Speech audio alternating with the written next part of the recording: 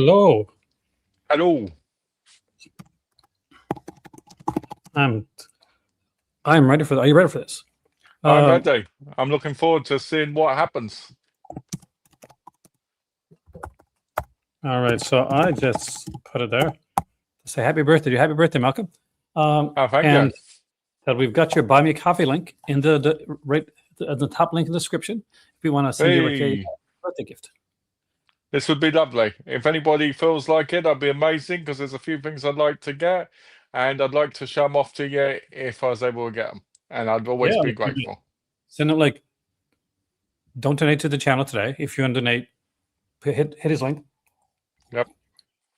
And make him get something fancy. Yeah, I'll get something fancy with it. Come on, guys. Be Criterion like me. Go Criterionish. Yeah. Criterions? Criterion sale. I go Criterion. I shall buy Criterion. You know what? They might actually have a sale going on soon. Funny enough, over here. No, I know in February the Criterion site normally has like 24-hour flash sale. I'm hoping for it because they had a sale on Boxing Day on Amazon, and I didn't know sale was going to be over. So now all my Criterions I got in my cart to potentially get have all gone up like $20 each. Yeah. Ridiculous. I mean, over at HMV has probably, I think, 3 or 4 Criterion sales, but only one is a really, really good one. The others kind of just like knock off like a few pounds. Because unlike in America, they don't go 50% off. They kind of knock £3 off. That's not a lot. No. I mean, I like it when they knock £7 off the 4Ks, but it's forever, you know. You just say the sales here for Criterion are not great, basically.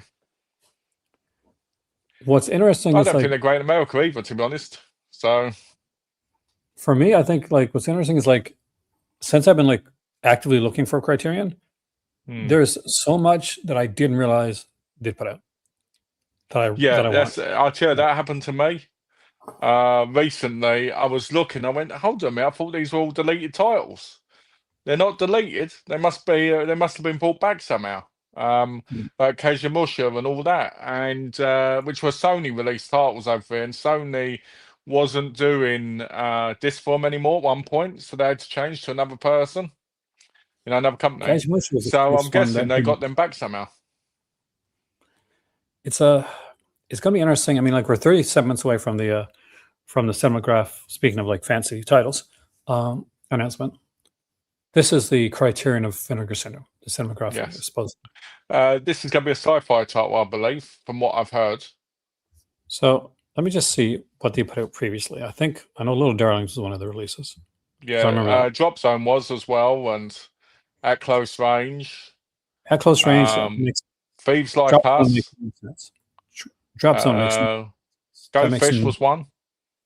Go Fish, yeah, it makes sense. Breathless makes sense.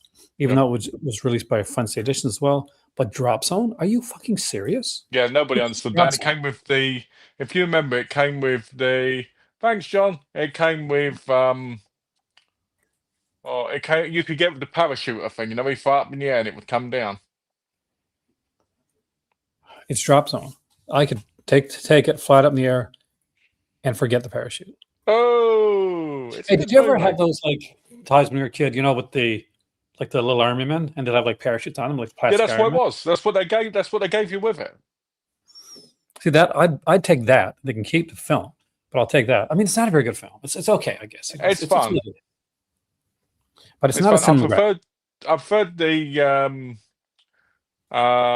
what is it?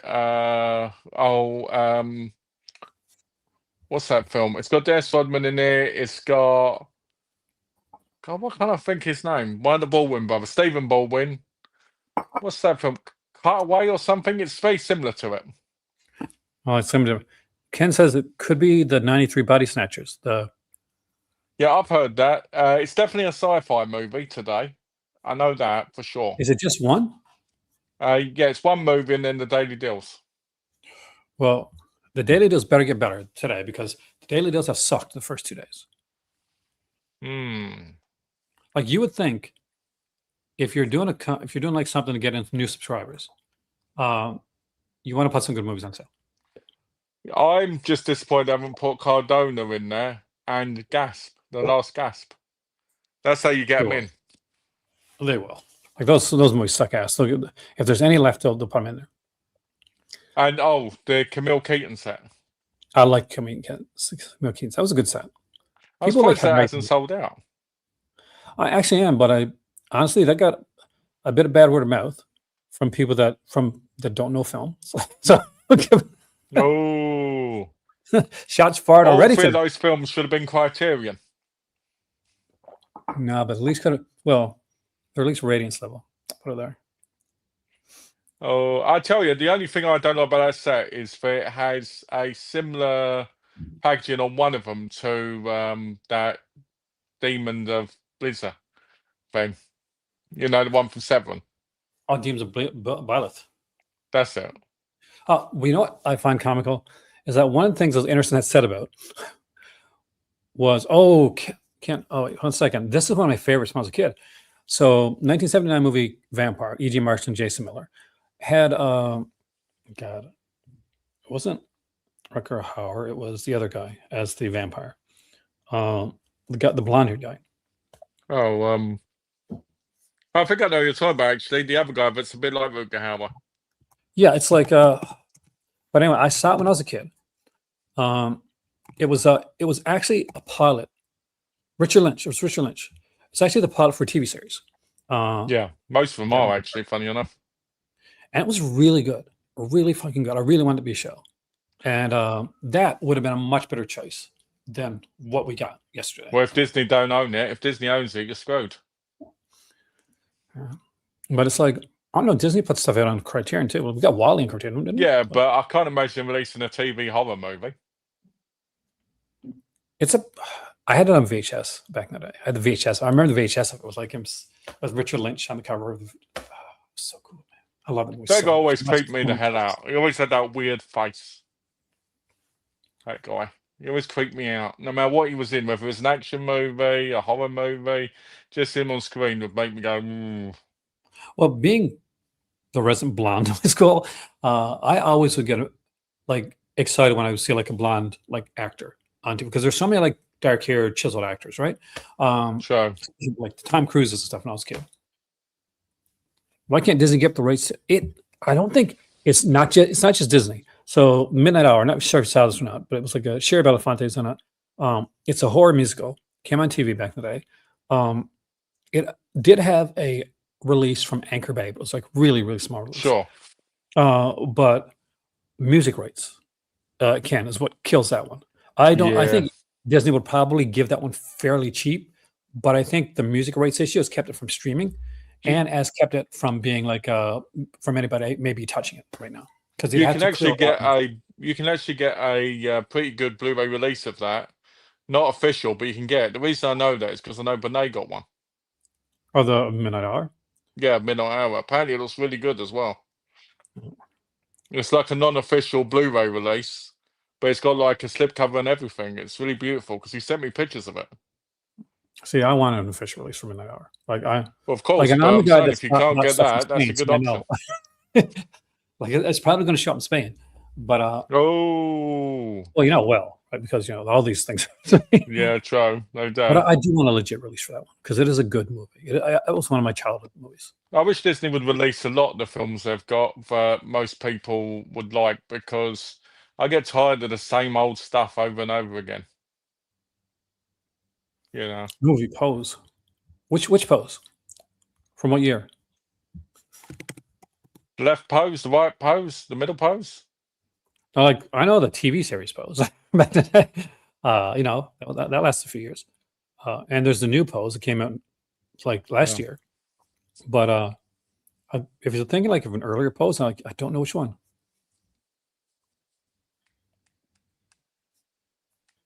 Kenny and Company. Happy different. Well, you want Kenny Company because your name's Ken. There you go. Yeah, see. But that is one from the guy that will go on to do like Friday the 13th. I mean, for the Cinematographe, though, I want to see something good. I don't want to see a drop zone level movie. Like, don't come in to me with the drops on love movie. Don't do that. What you want is you want all the cult action movies to come out on 4K, like American Ninja, American Samurai. But not under cinema. You want all these on the Cinematographe label with proper booklets. Oh, okay. Was it Coscarelli? You're probably right. I'm so tired today. Yeah, it is Coscarelli. You're right. I don't even have to look. I know he's right. And I should know that because I'm a big Coscarelli fan. I've got like a tick today in my head. You know, we get that kind of stiffness. That's it. Yeah, you're older, man. That's what we got. Yeah, see, it's hit, mate. Body's breaking down now. It's breaking down. Oh, dear. So, have you done anything for your birthday? Did you? I basically watched movies, spent time on it. I got a nice surprise from Alex today. Oh, they just popped in as well. I got this big box in the mail, right? And inside was some lovely chocolates. Oh, nice. But said he loves me. So, I always knew he liked me romantically like that, but I'm married, so he has to be careful. And he got me this lovely card as well. Look at this. Oh, cool. Lovely job. Right? So you got the bit there, right? But then he put the television logo in it as well. He had to ruin it. No. So I was like, that is epic, you know. It's like, that's so epic. But it was a nice surprise because, to be fair, other than that, the card I got from Darth Sidious that I showed you before, and Donna going to the bakery and get me a lovely, you know, like breakfast baguette and a couple of, you know, treats. That was all I really got for my birthday. So it was a really nice surprise from Alex to get the chocolates and the thing. But the I love you bit was a bit concerning. So I spoke to him about it, and then he said he didn't realise. And it was very embarrassing for me because, you know, but that's the way it goes. Terrors were not harmed in the making of the card. But yeah, that's basically what I got, basically. I mean, don't get me wrong, Alex has got me the Infernal Affairs 4K set from Australia, but that hasn't been shipped yet. So I've got that coming in the future. But yeah, that was basically it. Other than that, I didn't really do anything today because, one, it's freezing, and two, Donna's been really cold. So I kind of just ended up watching Irresistible False with Cynthia Rothrock and Stacey Keach. Oh, and High Noon. You know, the Gary Cooper movie. News from Imprint. Oh. On my Black Friday order. It is in Paris. I had to pay like, I think, €6, which is nothing. And it's they're going to drop it off at a relay. And then her friend's going to pick it up, and I should have it, fingers crossed, on the 21st of this month. So was that customs charges, the €6? Yeah. Oh, that's not too bad then. No, like my custom charges normally when I was in Canada, when I was like ridiculous, it was around like 50 or 60 dollars. Yeah. I've had a couple of custom charges over the period, but I haven't like the FedEx one from Diabolic was like £14, which isn't too bad, but it's still annoying. Stephen Baldwin movie, Posse. Oh, Posse. Okay, I thought it's the Pose. I read that wrong. I like Posse. I think there was an S missing from Posse, I think. Because it said Pose. Because that's the one with the what's his name? Mayor Van Peebles, right? I believe so. I don't remember very clearly. I'm not as big on Stephen Baldwin as film wise, so I could be wrong on that.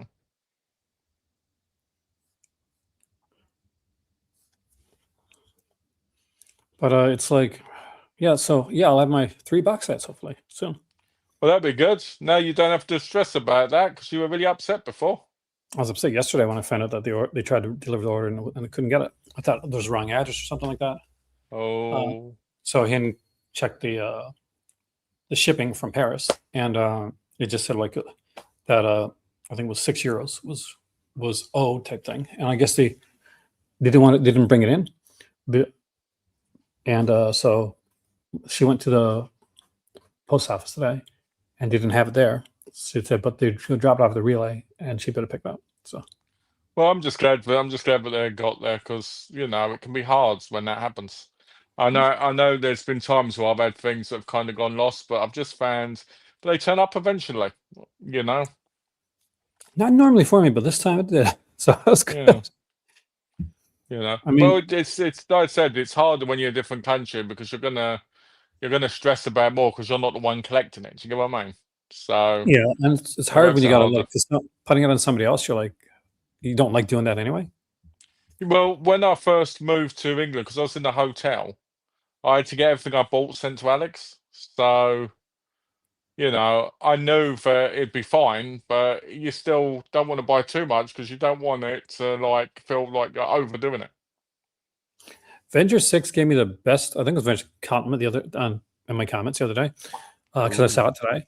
I was trying to catch up with stuff, which takes forever sometimes. And it said, like, when he was listening to me speak in the video, he said it sounded like Hunter S. Thompson, the guy. Oh, hello. But people don't. What a lot of people don't know is I went to school for journalism right after high school, and Hunter S. Thompson was my idol. Oh, good luck, Avenger, on your 9-ball tournament. Yeah, like, you do better than me, that's for sure. I sucked in my life last time I played pool. Holy crap, so bad. You're that bad? Normally, I'm not. I'm good. I'm actually very good. I'm great at pool and great at darts, but I hadn't played in ages, and I lost like big time. Like, I won my dart tournament for my team 2 years in a row. Okay. The last time, I was just getting out of high school, and we were behind, and in order to win, we needed the bullseye, and we needed 2 triple 20s. Oh, and you got it. Yeah, I couldn't believe it. I got the bullseye first. I got a triple 20. Closed my eyes because I was so fucking nervous that there's no way in hell I'm going to get it again. Open my eyes. I had it. Wow. So the second time was a skill. It's just like nervous luck, I think. What's your funny story, Venger? Yeah. My dad was good at darts. My dad used to play darts all the time, and he used to drink in the pub years ago. And then he went from darts to playing bowls, lawn bowling. And lawn bowling is one of the most boring things I've ever watched in my life. It's more fun to play. Oh, you know what is cool though is God, it went in my head right away. I just had something in my head. It's just just gone. Whatever it was was pretty cool. I know that much. Ooh. We're at what? 21 minutes away. Let's bring up the page so we can see it. It's weird. It's so cold here, but my eyes hurt. Do you know I started in a dart tournament for a girl? For a girl. Yeah, that don't surprise me. Half my stories and like start like that. Hey, go on, Benja. Let's keep that story going. I want to hear this. Okay, this sounds like. Did it end with a 69 score? Dear Pentos, you won't believe this happened to me.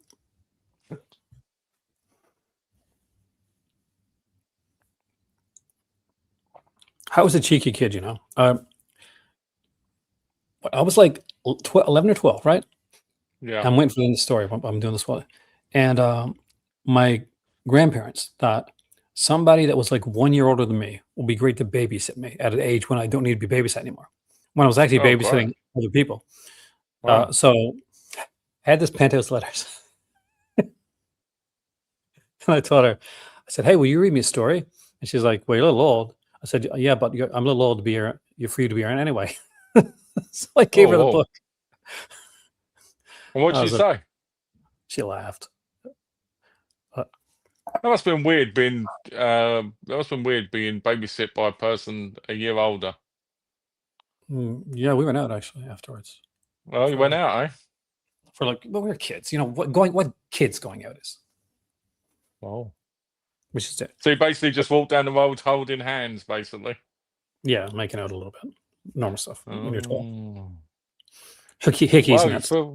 threw a bullseye right off the bat. Hey, it just shows Nice. sometimes that when you bullshit, it works in your favor. There we go.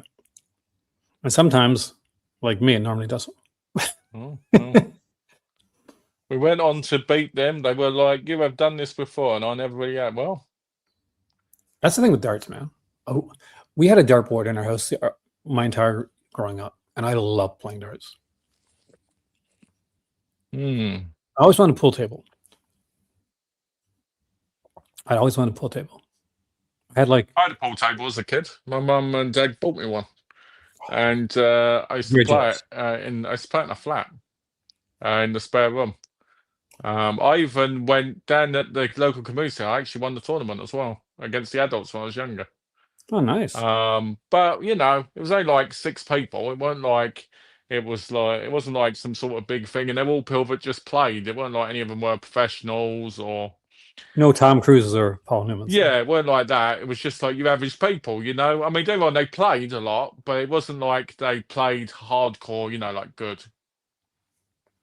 But as a kid, I'm sure that was a bit upsetting for them because they were like 20 up, and I was like, I think I was like 12, 10, 12, like that, because I just joined in because my mum played down there, you know, like did like the, you know, like the food and stuff. So I'd just be around. So that's how I joined in. It was like 50p to enter. So it was only like, I think it was like £8 altogether. So it was fun. It was fun. I like tournaments like that. They're fun. I mean, like I was never great. I was okay with pool. Wasn't great. I was good at pinball. We had like pinball machines in our takeout, and though I was very animated, I was like, I think I was around 14 years old. You were like humping the machine where you like those people do, humping it. Like, yeah, right. And so I'm playing pinball, and this girl, she's like slightly older than me at the time, like a couple years older. And she says, like, I'm playing pinball, and she's like, next year we're dating. Oh wow. Yeah. Did you? Yeah. It was a small town. Wow. But she had a boyfriend. Oh. Because I'm a dick. Yep, there you go. You heard it here first, guys. It's not Mr. Vincent, it's Mr. Dick. Mr. Dick. Well, there you go. Right on. There you go, Mr. Dixon. I was only young. I was like 14 or 15 years old back then. That happens. It happens. Oh yeah, that's my youth. That happened to everybody in the youth. So don't be afraid. Dark was yesterday. I'm hoping for a bigger announcement today. Body Snatchers. If it was Body Snatchers, would you be excited for that? It's a good movie. It depends. Are we going to get right aspect ratio? Hey, Kevin. Hey, thank you. Oh, did you get a donation? Oh no, he just wished me. Kevin just wished me happy birthday. Oh wow. In case people want to, there's Buy Me a Coffee down below. If you want to buy me a coffee for my birthday, anybody, it's up to you. It'd be nice. It'd be nice. I'd be grateful. But yeah, just saying it because, well, I just thought I would. Yeah, hell yeah. That's what I put it in for. Yeah, exactly. And I haven't put it in there, so please do it. Better Off Dead already in 4K. That's a nice one.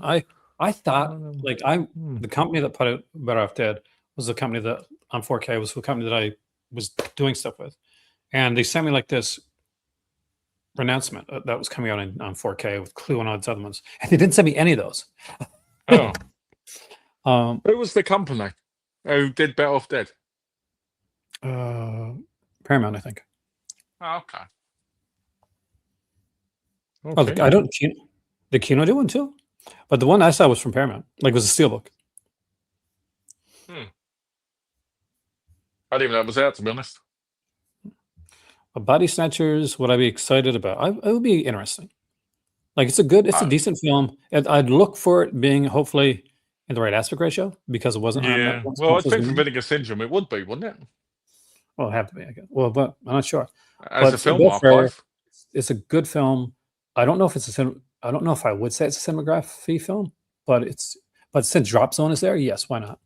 I think Drop Zone is more of a Cinematographe than Body Snatchers.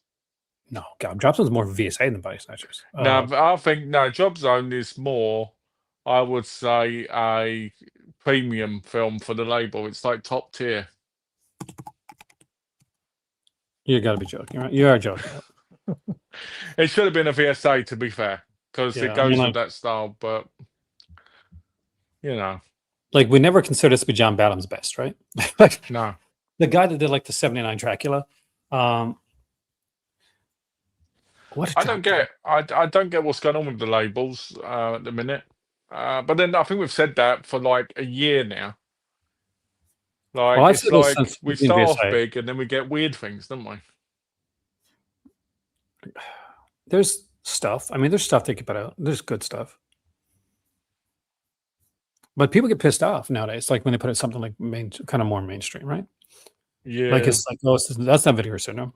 Where's the? Did I see a video where you said you didn't mind mainstream anymore when it comes to Vinegar Syndrome? I don't. I was very much not on the side of being like. For me, Vinegar Syndrome is not what it was, but I don't expect it to be anymore. For a while, I did, and I think it's something that a lot of us do with a lot of companies. Is we imprint our first thoughts of that company when we started buying stuff from them, as to what the identity of what the company is. And sometimes it's because the company has done that, but other times it's just because we came in at a certain time. That's our heyday for it. Yeah. Like when I was buying Vinegar Syndrome first, there's a lot of kind of crazy titles and weird titles and some nice ones like Fade to Black stuff put in between, right? So I'm like, oh, this is kind of cool. That's interesting. They're different. They're edgier. But now the more of the mainstream, I'm good with it because I don't have some of those titles. Now, some of the Scream Factory, Shell Factory stuff, I got all that. I didn't need to buy Death Wish like 2. I got Death Wish 2, man. Like I don't need to upgrade those. And that doesn't need a 4K either. It needs a 4K more than fucking Don't Be Afraid of the Dark, though. Like, what are you thinking? I love the focus features too, Vince. I've got most of them. They're lovely. Oh, there's some good ones, man. But it's like now when they digress a bit, I guess, when they slide back to and they put out things like Terra Firma, which would normally have been like something you would expect from Vinegar Syndrome, I get disappointed. And not just that, it's something that I don't consider needs to have a premium price, Oh, yeah, no. So to me, that's the biggest downfall. It's the price. Now, if they were releasing that and it was like $10 cheaper or whatever, I'd be like, okay, fair enough. But I think I think there's a lot of stuff. I had a Porter when I was a kid. I ended up going to Corinthian. Hey, Sweet Willie was a pole hustler. Donna's ex, his father was a pole hustler, like proper pole hustler. I mean, the guy made thousands because he was that good.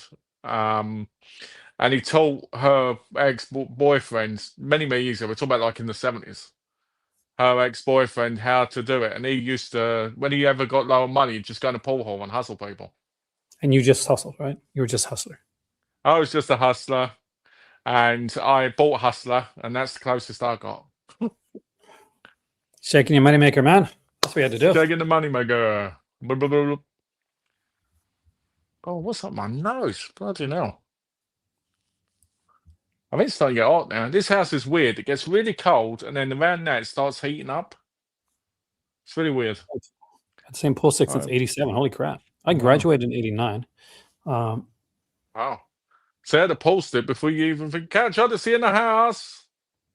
Yes. For me, like the complaints coming from me, such as, and it's the price and it's the fact that I don't think it needs 4K. Wonderful film, great film.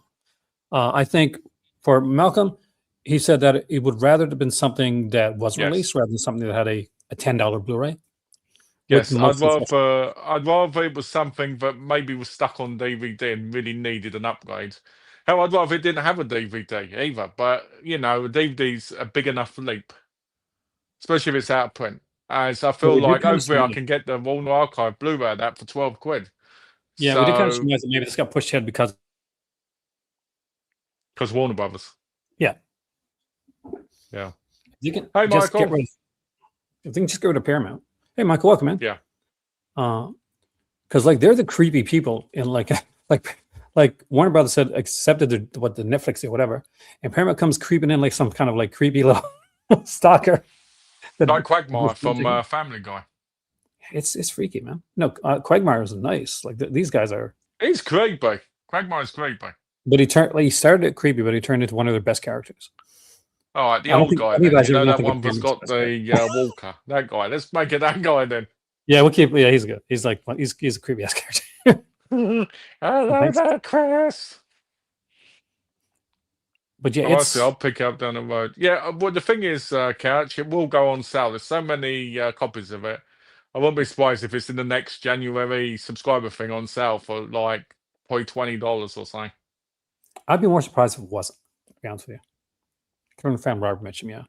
I do like the cover, though. I do like the cover. I do and I don't. The cover is nice looking for sure. The cover is also a fucking spoiler. Like, yeah. Like this, seeing the creatures is a big deal in the film, right? Yeah. Because you hear them. You hear them a long time before you see them. You hear them and there's kind of like, what's a massive spoiler?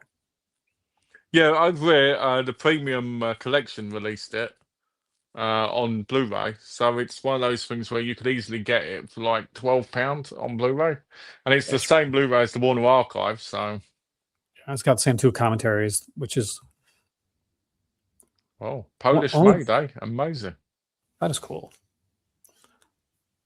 Somebody thin shaft.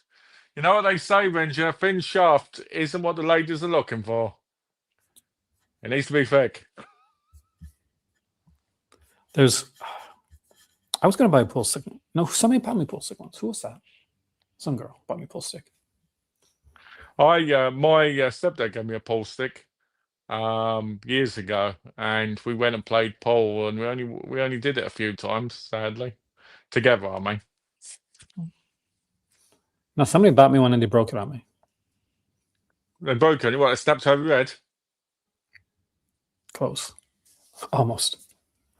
Oh, it was my fault. Oh, hopefully it was the bigger side. It's a fantastic film. I love the film. Like I've got nothing against the film. I just don't think to start a label, this is the way to go. No, when this was announced, right? I might get a bit of what you call it this, but when it was announced, I was like, okay. I was like, Aaron's excited. A few other people I know are excited about this. We're going to get stuff like the televised terror collection where there's stuff that hasn't been released before. And this is what we've all wanted. Whether it ends up being garbage movies or they're fantastic hidden gems, they're out there for us to watch.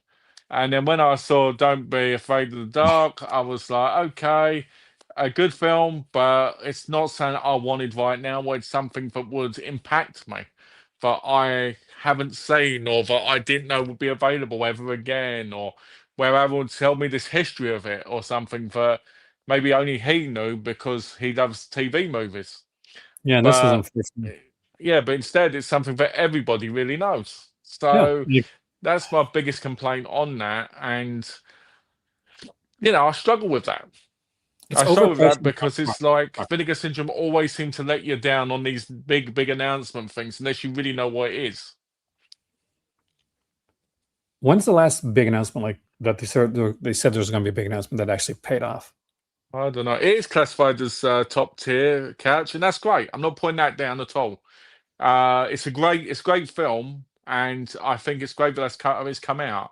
But I wish it wasn't now. I wish, because it had a Blu-ray, I wish it was something else that no one else had, At that price and at that like it doesn't need a 4K. Like I will stand that hill. It's a great film. I love it. I saw it when it came out. I'm that age. It's my age. But it does not need to be in 4K. Blu-ray was perfectly fine for this. It's overpriced. Yeah. And if you're going to put out something like that, if you're going to put it, this is going to be the ultimate edition for Don't Be Afraid of the Dark, which I assume that's what they're trying to do with the Conoscope. Then take the time to put in the features and the work for something like that, because I won't pay that much money just because it's 4K. You better have some nice new features, and it does not. Yeah. It has one like location feature. All the rest of the stuff that's ported over, so it's not worth it for me. Like I would get it like 10. Oh, right on. I'm happy for you, Roy. Oh, thank you, Kevin. I appreciate that. And Kevin, my birthday's in March. I'll have a look. I'll have a look after and give you a and say a personal thank you to you after as well. So I appreciate that. As obviously I can't look while I'm in the thing at the minute. I don't think. Let me have a look. See if I can look. Give me 1 sec. Like I'm good with 4K upgrades for most things, but not for TV, and not for that. I mean, like I want TV shows in 4K either. Like I think it's utterly ridiculous that Friends and Seinfeld are in 4K. Like you can do Hey, an upgrade. thanks, Kevin. I appreciate that. I saw it. Thank you. It's just gone black for a minute because of the because I had to look. There you go. Yeah, I'm back again. Actually, Bogart's voice, but doing new dialogue with perfect CGI. Actors are at work because dead actors are getting their jobs. That is not fiction anymore. That's actually becoming a sad reality. Well, that's what they did, wasn't it? That's what they did with Peter Cushing. And they did that with who was the other guy they did it with like years ago? Because they did 2 people ages ago. One was Peter Cushing. Or Star Wars, yeah. Yeah, and who was the other one? Well, one was Bogart, wasn't it, for like a TV commercial or something like that? Was it Bogart? Because I know there was 2 in the movies, and I know people were not very happy about it. But I have to be honest with you, I would not want Humphrey Bogart in a movie if it's not actually him, whether it's AI or not, just because I just don't feel like AI can fully grasp that proper acting. I just don't feel it. You'll see that kind of weird, even though it could be as real as anything, like CGI movies, like animations, it just won't feel right. I don't think people realize how dumb AI actually is when they worry about like AI. They don't realize how dumb AI actually is. Like AI acting is horrible. Like I've seen better acting in Terra Firma than I did from AI. I love that look as well when AI things, you know, when they do things and then there's that weird bland look. Yeah, and because it doesn't get the cues. That's what really kills me. It doesn't get the cues. As somebody like this, was it Sky Captain? Because Michael says, didn't they do some with an old style Sky Captain? Probably. I'd have to look. Because I know it was another film. I know there was another film, but this was before AI was big, so it was like before it. You know what I mean? There's art. So it was happening, but not to this extent, obviously. Oh, 2 minutes left. Ooh. So, are we going to get body snatchers? I'm hoping not, because I'd like it to be something that no one's guessed. But we'll see. Yeah, I'm tired of the leaks, man. I'm really tired of the leaks. Yeah, I have to be honest. I don't really like knowing beforehand so much. I mean, I don't mind when people tell me per se, but I don't like when it's obvious. Do you get what I mean? Yeah, I mean, like sometimes obvious is okay when obvious is good, but sometimes obvious just sucks ass. Yeah, I mean, when they announced the Hong Kong trilogy, I knew immediately that was Iron Angels. I knew immediately. You got it right away. Because you know, and then it happened, and I was shocked by that because I thought it can't be that easy, and it was. Well, same thing when like it's their first box set, the Angel box set. Remember? Yeah, I still think they should have had the 4th one in it. They had the ad. They had like this little tiny clue down below, and I was reading it on live, and I'm like, "Oh, that's the Angels. That's the Angel series." I don't know. I mean, I'd like the 4th one's okay for what it is. It's a pilot for like a TV show. Yeah, I mean, I don't think it should have been the main disc, but I think it should have been an extra. You know, because I do like that film. I like the 4th one. See, that's it. I miss those days, Venture, when you found things in a magazine. Nowadays, you don't need magazines for that, for the most part. The days of like when you get the Wizard magazine and they have like those like rumors on like new movies coming out and stuff like that in the front. Yeah, exactly. It's sad because I remember how excited I'd be for games because of that, and now the excitement isn't there as much. 3, 2, here we go. 1. What is it?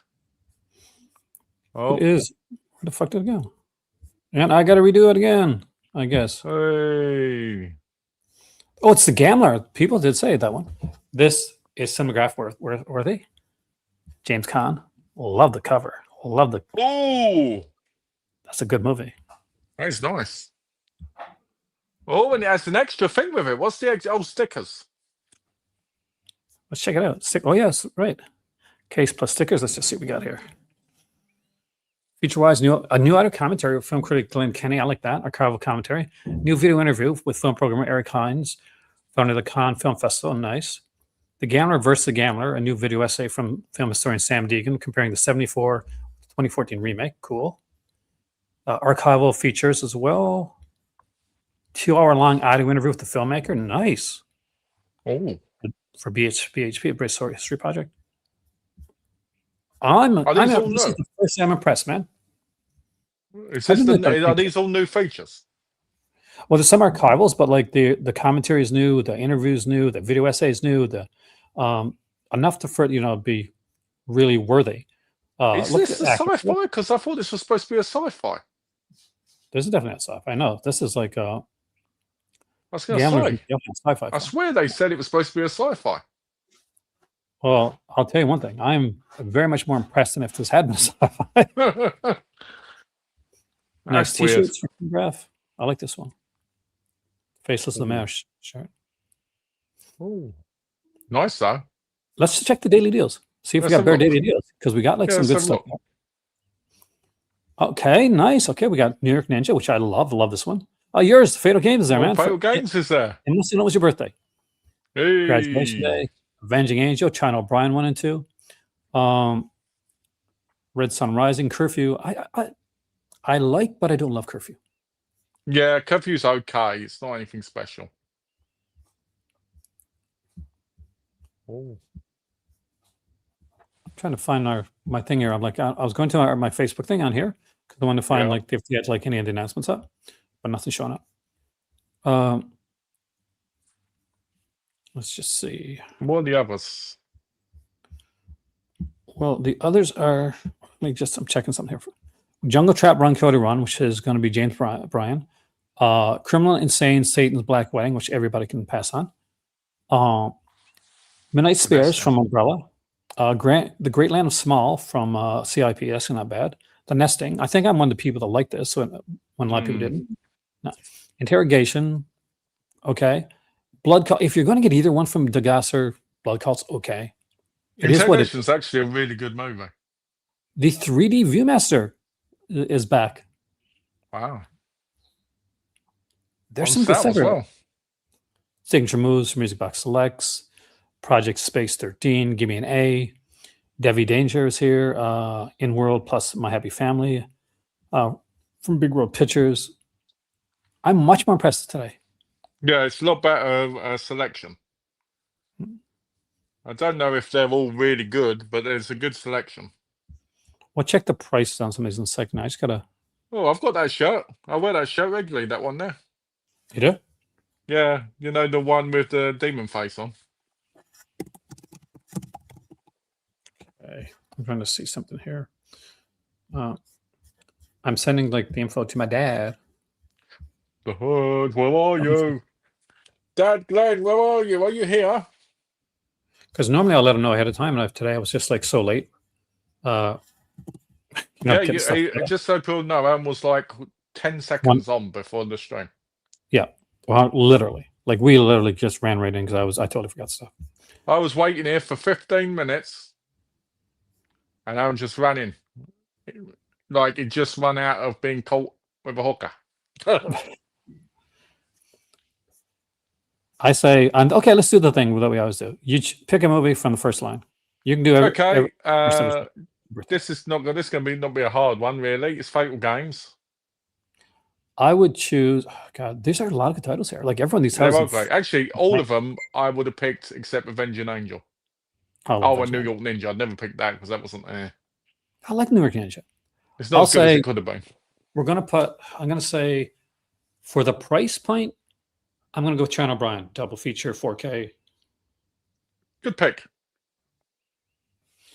And number 2, still you, man. Is this on the second row, right?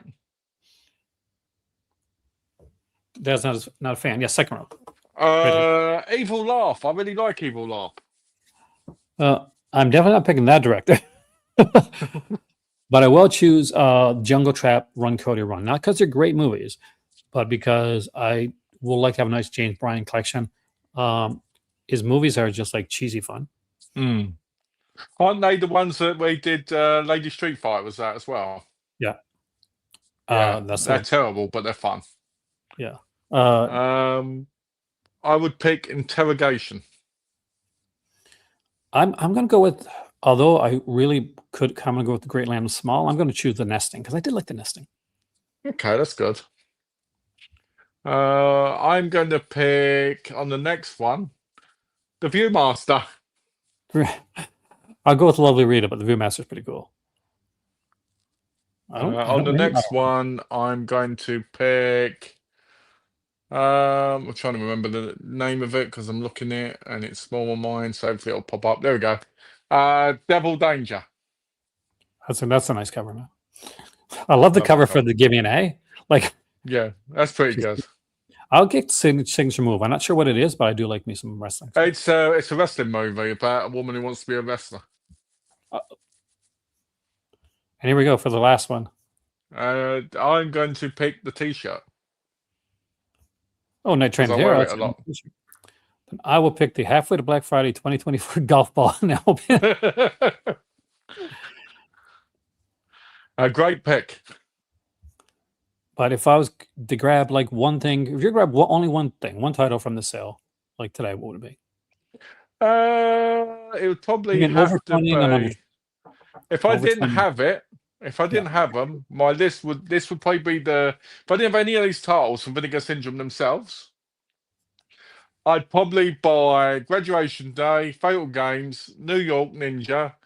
I'd probably buy Red Sun Rising, Lovely Rita, and Interrogation, and China O'Brien. I'd probably buy all those if I didn't have them from the subscriptions and that. I like the Gambler Couch. That's one I would pick up. Say that again? Couch mentioned the Gambler, and I said yes, it's a good one. It's a good pickup. Oh yeah, I'd definitely pick that up as well because that's classic. For me, if I was to just choose like one or two titles, I would say China O'Brien 1 and 2 for the over 20, and for the under 20, I would either go with Jungle Trap, or although I'm not a massive fan of it, it's worth having is Evil Laugh. Evil Laugh's the classic. I love the ending of that movie. But Run Cody Run and Jungle Trap. Oh my god! How can you not want to let Renee Harmon starring this one too? Much like Lady Street Fighter. The woman can't act for crap. She sounds like she sounds like the guy from The Room. Yeah, no, I cannot. Watching her act is awful. She's an actor. Midnight Express is a good movie. Right, sorry about that. Midnight Express is good. Yeah, she's an acting. That's an umbrella release, isn't it? Midnight Express. Yeah, she was an acting teacher. Really? Well, yeah. God. That's what they say. It's true what they say. Those who can't act, then teach. I mean, look at this here. So Jungle Trap comes with 2 movies and surviving footage from a 3rd movie that wasn't finished. It's kind of cool. And that's about by free, for like £8 doing sales. That's on 101, right? Put that out. Yeah. Over there. I've got my Lady Street Fighter for sale on eBay, from the director and it won't sell. We love that movie so much. Like, we cracked up. Me and him sat down and watched that one. Yeah. We watched it like around 4 or 5 times. No, it's like Riff Tracks style watching, to be fair. I've never seen the Riff Tracks version. I don't know. No, I said, but it's worth a bit. Oh god, yeah. Like, for me, like, you got this too, but I've actually got 2 versions. I've got the UK version and the American version, which are basically the same discs except for the cover. Like, there's a really good write-up on the director in this book here, which everybody should have, by the way, if you're watching Vinegar Syndrome sale. Then see this book by Stephen Thornton, Nightmare USA. This should be in everybody's collection. This is a great book. Yeah, and I think it's Thor's best book, and I do love the Franco ones. But it actually starts out early with a James Bryan like retrospective. I've got that book. It's a lovely book. I read through this so many times, and like I referred to it. That is, I think that is probably one of the best. If you're, like I said, if you're a big Vinegar Syndrome 7 style person, that's the book for you. Oh yeah, mine's getting a bit dog-eared though. I can't read it so much actually. It is the Bible. It's the Bible, yeah. It's definitely the Bible for this stuff. Untold story of the exploitation and independence. And there's like it's a very heavy Bible. When I opened it up and found the James Bryan section, I read that section first. Because I was a fan of his stuff. Like, yeah, chapter 1, like the career of James Bryan, page 73, and Renee Harmon interview, which is so. I wonder if he mentioned. I got to see if he put any pictures for that movie. Yeah, that's Jungle Trap right there.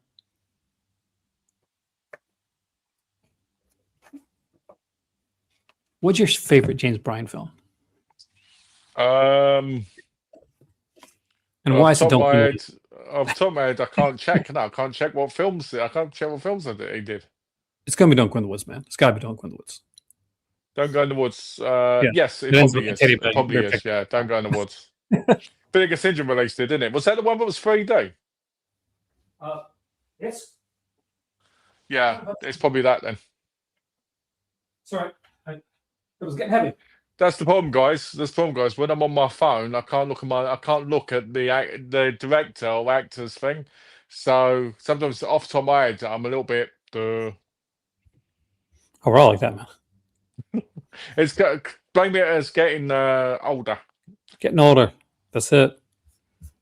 But I know. I mean, like I'm more excited today. I expected the Iconoscope one to be like my highlight of this sale, but the Gambler, that's a really nice cover. I'm actually really happy with the Gambler being announced because I actually feel like that is actually a perfect title for that sub-label.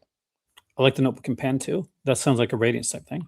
How much is that? I'm curious of that. That's not bad. $6. That's good. That's not bad. I wonder. I don't know how many people would buy it. I mean, I wouldn't, but it's nice. So these two are the stickers. I'm guessing the card and this.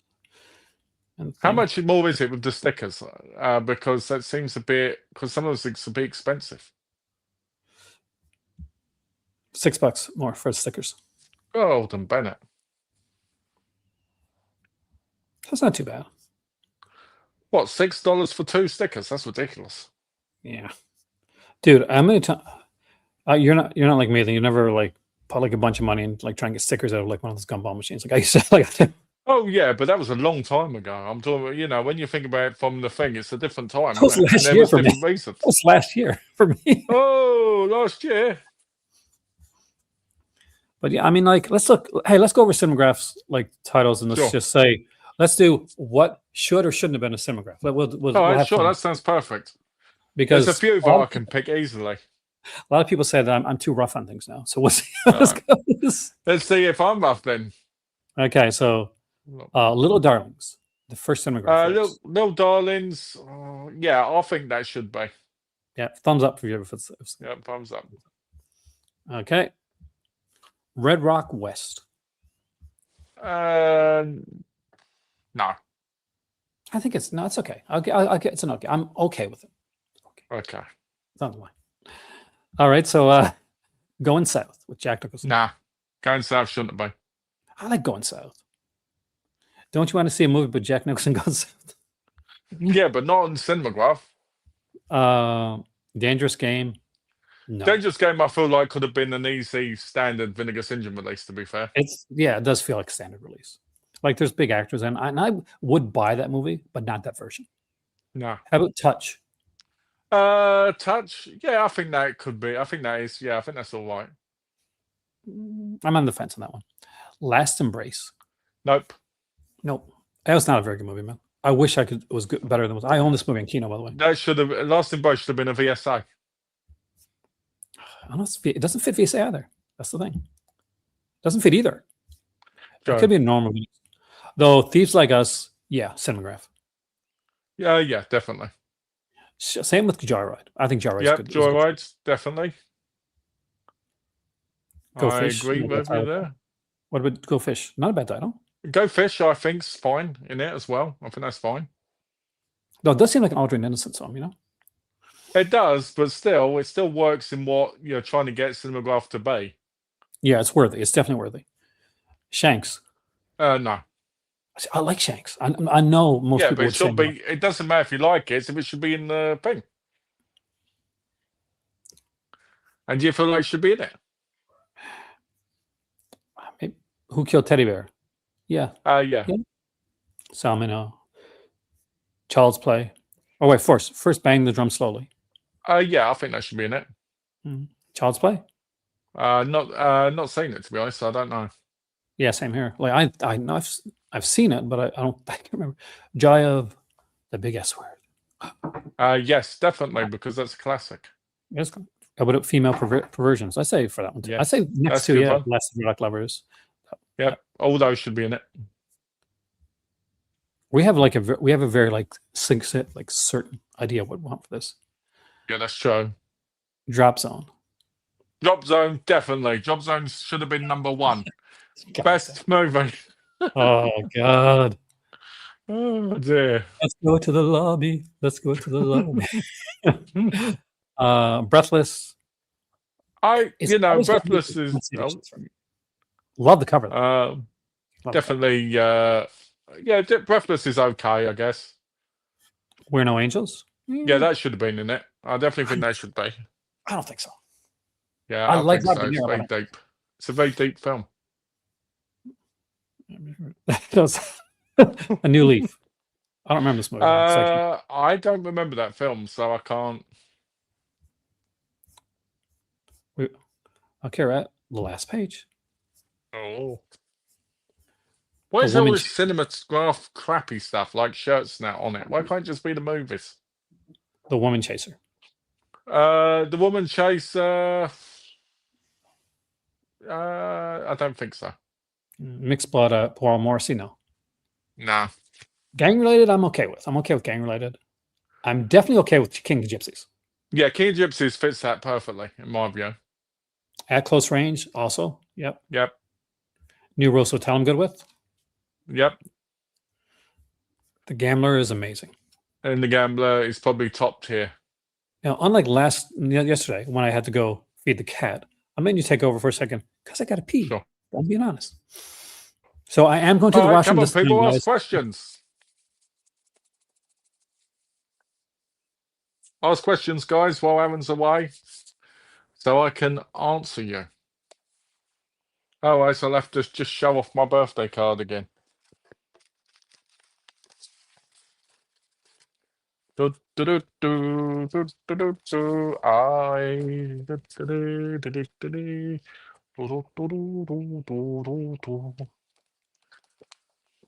Really quiet tonight. Why isn't everybody talking like they normally do?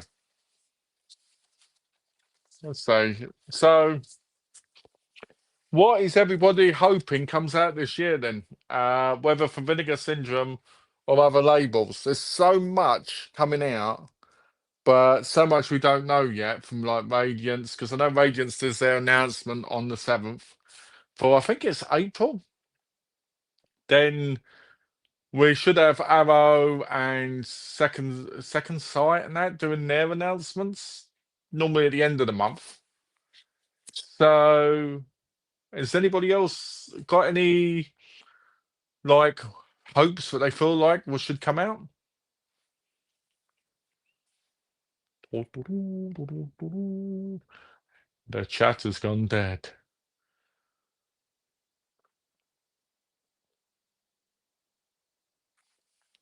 I ain't got any of those shirts on there. I like my Vinegar Syndrome shirts, but I try and be a bit picky with them. Like I've got the pig one, which is like got the naked woman in the telephone cable. I don't know if you guys remember this. Vinegar Syndrome released it not too long ago. I tried to wear it out, but the wife wouldn't let me. She said it was too inappropriate for going out in, which I don't really agree with. I think it's fine.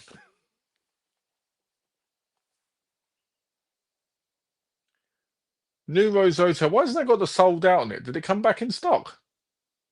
Because I thought it was sold out. I guess not. How many people are watching? We've got 19 watching and no comments. Wait, there we go. Kevin, hoping for a nice Korean 4K for no other choice. There's got to be, surely.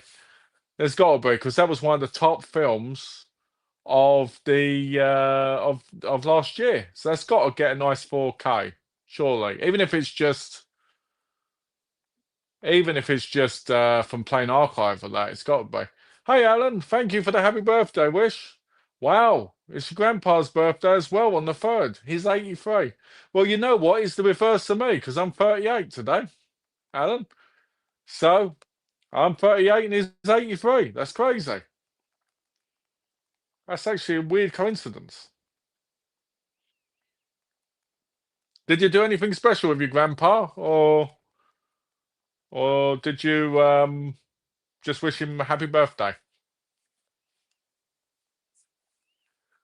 Yeah, I've been waiting for a release of No Other Choice, Kevin, because I want to watch it on disc properly so I can get the full effect. I don't think it'll get released in the UK unless it's from Mubi. I mean, it might do, but I think you're right about being a good Korean release will probably come out. Maybe a lenticular even.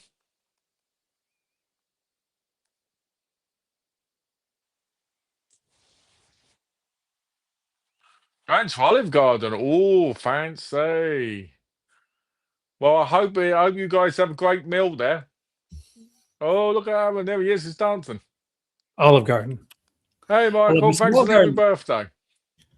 Don't like load up on the breadsticks too much. Yes, don't load up on the breadsticks. If you want to take the breadsticks, wait till no one's looking and then put them in a plastic baggie and then get more.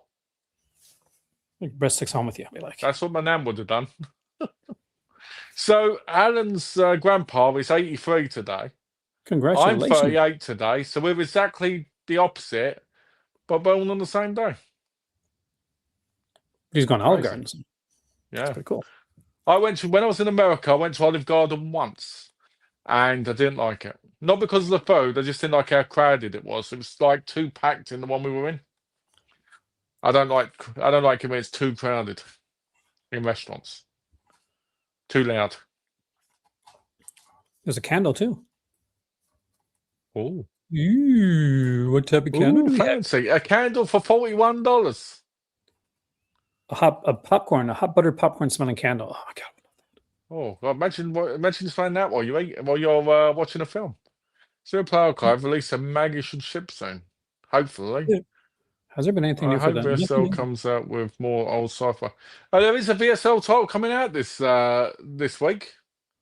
There is. Maybe that's the sci-fi on the 6th. So that could be Body Snatchers. Tomorrow is going to be the next Sato release, which I'm hoping has 3 movies in it because I hated for the second volume had 2.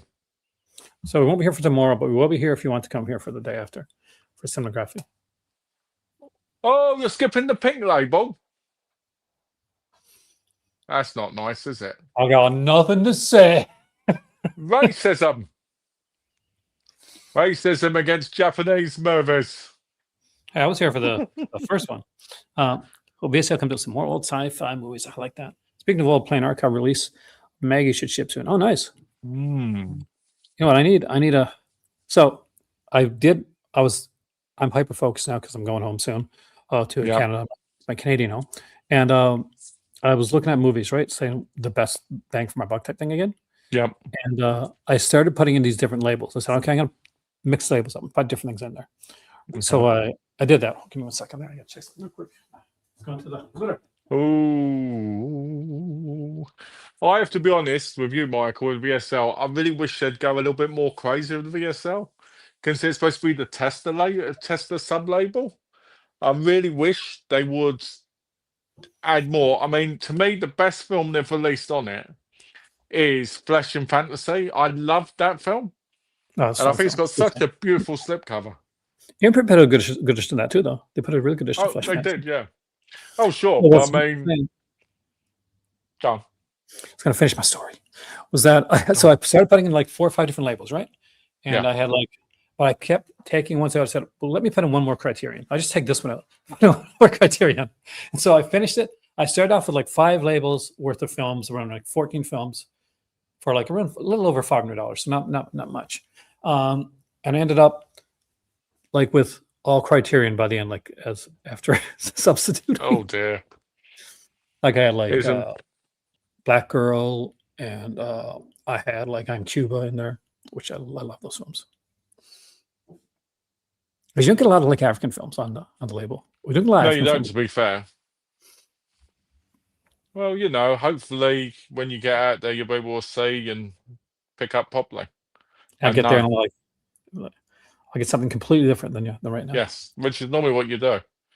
So what normally happens is Aaron will contact me, send me pictures of hundreds of movies, and true. I'll go, "Oh, that's a good one to get." And then he comes out, and I'm like, "Why didn't you get the one I suggested?" And he's like, "Oh, I fancy this one because it was a little bit cheaper." And Or I'm sometimes like, it'll be like, I think I didn't get anything. yeah, there you go.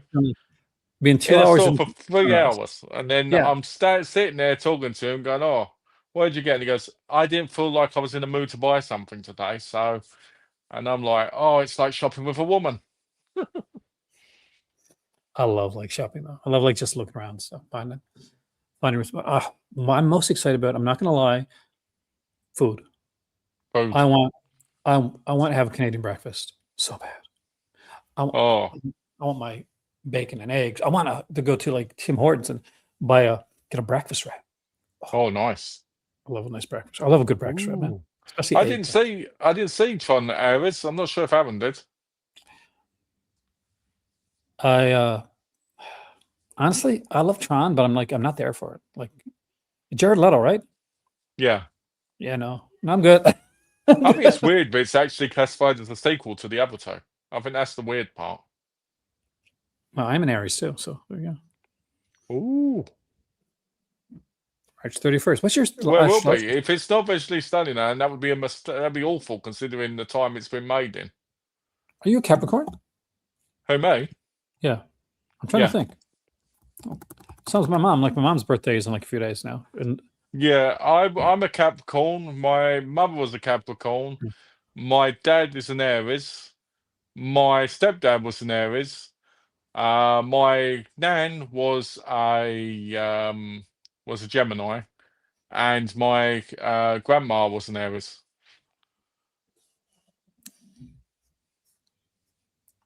I don't know. So yeah, it was just me and my mum thinking because my mum was born on December the 25th, so she was born on Christmas Day.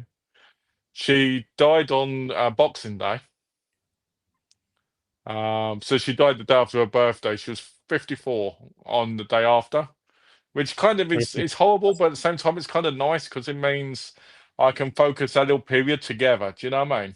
Yeah, that's excellent. That's nice. So I'm 54 now.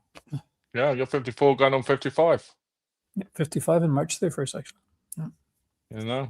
That's why I have like a nice. I'm going to be honest. I like when Aaron goes to Canada for one reason. He trims, and then Aaron looks completely different. I do. I look a lot younger than I know on camera. Yeah, exactly. When Aaron's in Canada, he looks younger. He looks vibrant. He wears turtlenecks. He starts walking around like a pimp. Get my pimp hat on. Got my cane. Yeah, exactly. Yeah. The cane, swinging it around. Where's my money, biatch? Where's my money? Where's my money? Oh, I've got to tell you this. So I was watching a Don the Dragon Wilson film, right? Black Belt. And I don't know why, but the pimp attacked the woman, obviously because he wanted to work. And he got his belt off and he was belting her in the face. And I was like, who thought of this in the movie? That's a shitty thing that, like, in the face. Yeah. Like, don't you know this is supposed to be your bread and butter? What are you doing, man? Like who the hell belts someone in the face? Like pimping 101, man. Yeah, the face is the moneymaker, right? Yeah. Well, can't believe it. I gotta say, this is a much better day. Must because it's your birthday, man. Must because it's your birthday. Yep. Once again, if you just came here, if you're new, Malcolm's birthday today. If you do want to like support Malcolm with the Buy Me a Coffee down below. We're Kevin actually came up and like did it first. So be like Kevin. Be like Kevin. Okay, guys, send me some buy me a coffee, and then I can buy a lovely thing, and I can show you when it turns up. what we'll do, we'll do an unboxing thing. Yeah, that'd be kind of cool. We'll do an unboxing, and then I might put my dick in a box. And then, like, you know, your better half be like, "Thank God we got you finally put it away." Yeah, instead of shaking it all over the place. I mean, like, this is. It's harder when it's good, you know, to have things to say than when it's bad. When it's bad, we got something to bitch about. You know, we're like, That's it's too true. expensive. That's Expensive. true. I've got to be honest though. I do feel like this day is a better day for the deals, and I do think the reveal was really good. I love the But at the preview. same time, I just don't like the prices so much. It's pretty. I still think it's expensive in my view. I mean, oh, it's already sold. Hold on, it's already sold out, and I realised it's the one with the stickers. Yeah. Let's stick to real quick. Look at that. Great transfer. Looks lovely. Hey, it's like how I wear my shirts when I'm around the house. It looks dark. Well, it's 4K. 4Ks normally do look darker. People. To be fair, it is in building, isn't it? For those that are just getting the 4K, and you notice that, hey, is this darker? Yes, it's not just your TV. 4Ks by far and large do tend to be darker than like their Blu-ray counterparts because it's closer to it looks in cinema. Yeah, it's normally darker, but it's normally clearer in a strange way. If I'd known this was going to be like this, I would have had like started out with my shirt opened up, 70s. Oh, some gold chains. There you go, getting the pimp ready. I cannot wait to get my haircut right now. It is driving me so much. I can imagine. Normally I'd have it done by now, but I'm trying to wait till just before I go. But look, like, see, I'm like Dan Haggerty from like Grizzly Adams and stuff right now. I don't get why you don't cut your hair regularly, like up here. I don't get why you don't do that regularly. I mean, cut like that. No, him would kill me. No, I mean this bit up here. Surely that bit up there. Oh, this area, like where it goes, my wild stage.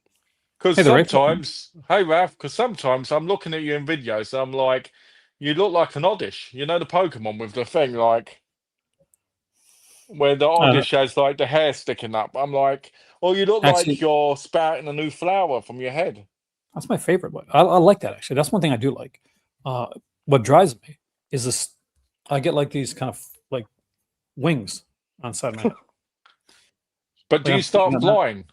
Yeah, that would be okay if I could fly. But oh, that's coffee. You don't like coffee, sweetie. So yeah, I told you. She came over to coffee. Well, see, normally I used to give them like a little bit of my milk when I was like making my coffee and tea. But one of them got sick and started to like poo, like not in a good way. And so I've been trying to be very careful what I give them now for. Oh, I agree, Alan. Thank you. And that would make me big money. The Remake of Malcolm and Eddie TV series should start May to December. Thank you. You know what? I don't remember the show very well. Ragnar in the house. Hey. So Ragnar, you happy with that, Ragnar? I actually am getting my imprint releases. So there you go. Imprint news. I'm going to be Ragnar to it. Why haven't you got them already? I don't know, man. Maybe it's because they shipped them and they lost them. That's why. But no, they did. They came back. The phantom order was lost. Put them out again. Changed the address when they didn't have to do it. Sent it to a completely new address. So props to them of that. So you have to give them credit now. Oh hell yeah! Like I did before. Like I said, hey, this is, I'm having a bad experience overall, but I still love the company stuff, right? Yeah. But it was like the Halloween thing hurt. Like losing. It all happened at once, right? My order went missing. The Halloween announcement happened same day. Like hints like, okay, you may have lost your sale order. We may not get back to money for the Halloween thing. I don't want to look at imprint for a while, and I can't blame her. But is she the one actually looking? Yeah, because it was her. I was on the fence with the Halloween set, and she's like, "No, the pumpkin is like it's a you thing."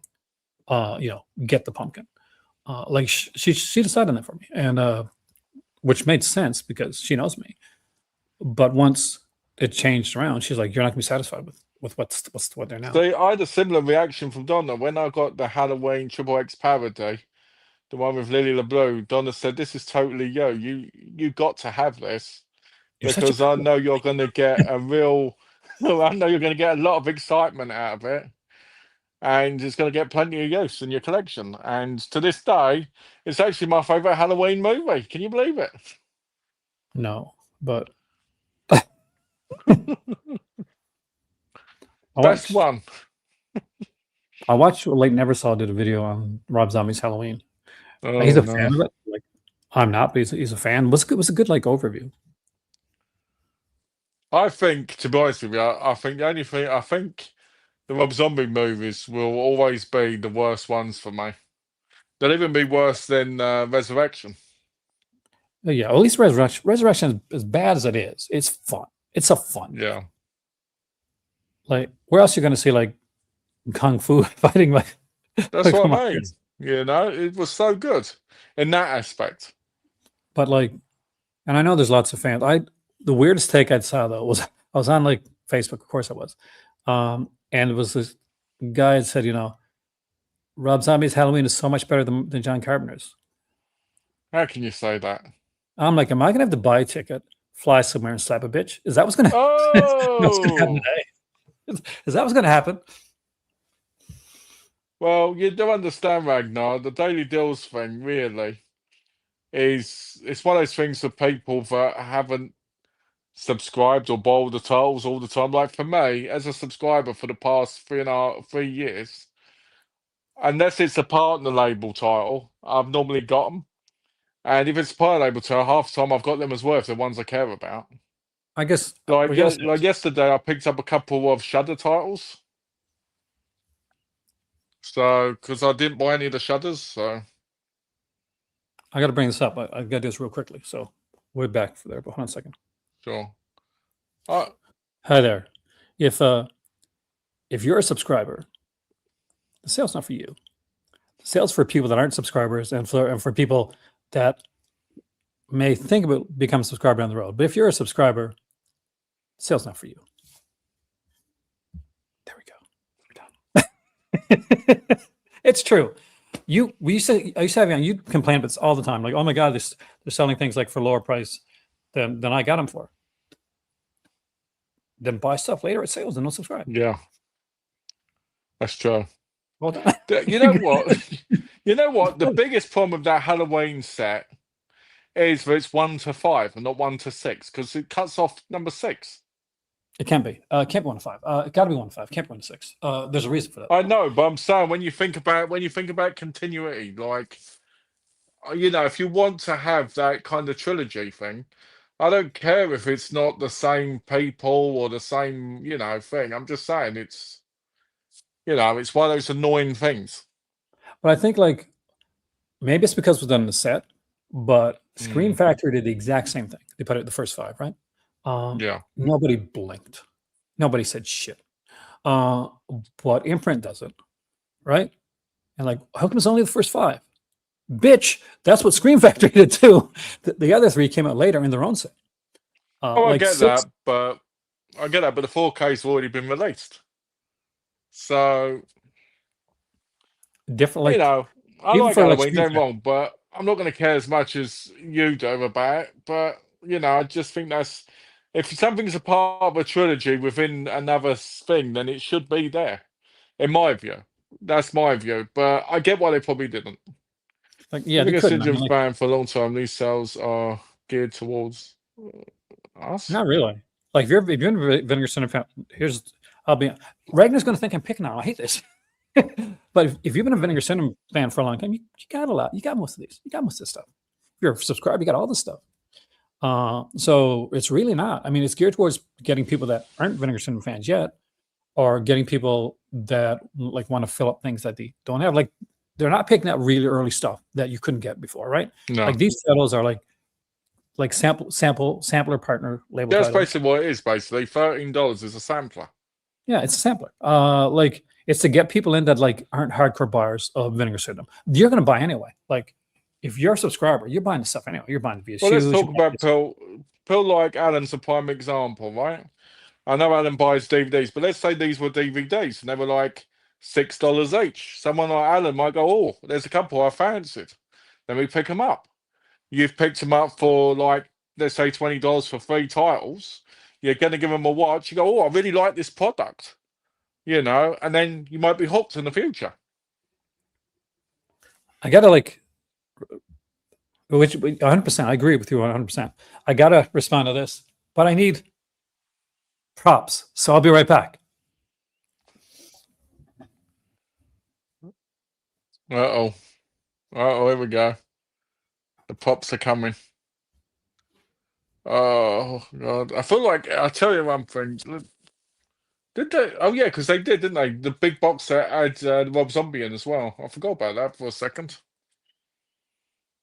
The 4Ks did it, though, did they? Nope. They did the 4Ks of them. The big Blu-ray box set is a great example of putting everything together, but that's a one-off type thing. Once it went to 4K, like give Via Vision credit, they put out the Rob Zombie ones on Blu-ray. They did. Like, and they put out the proper editions as well. Which really was the Lion-Gates edition, just repackaged.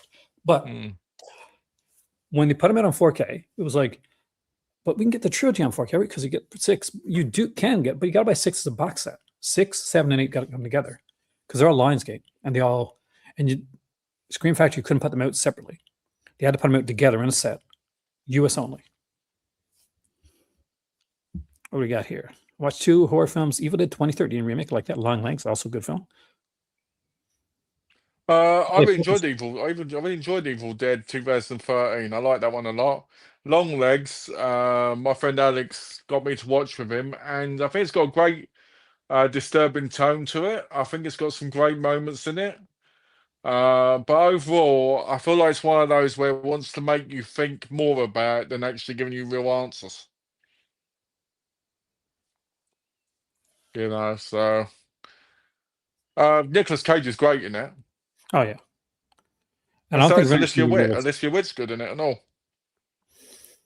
And yeah, I don't think we're gonna get Vinegar Syndrome like early. The Texas Chainsaw Massacre 2 is probably the only Vinegar Syndrome Texas Chainsaw collaboration, and that was because of MGM. Yeah, I can't imagine them releasing anymore, especially at this point. Like Dark Sky did like the the chainsaw set and stuff like that.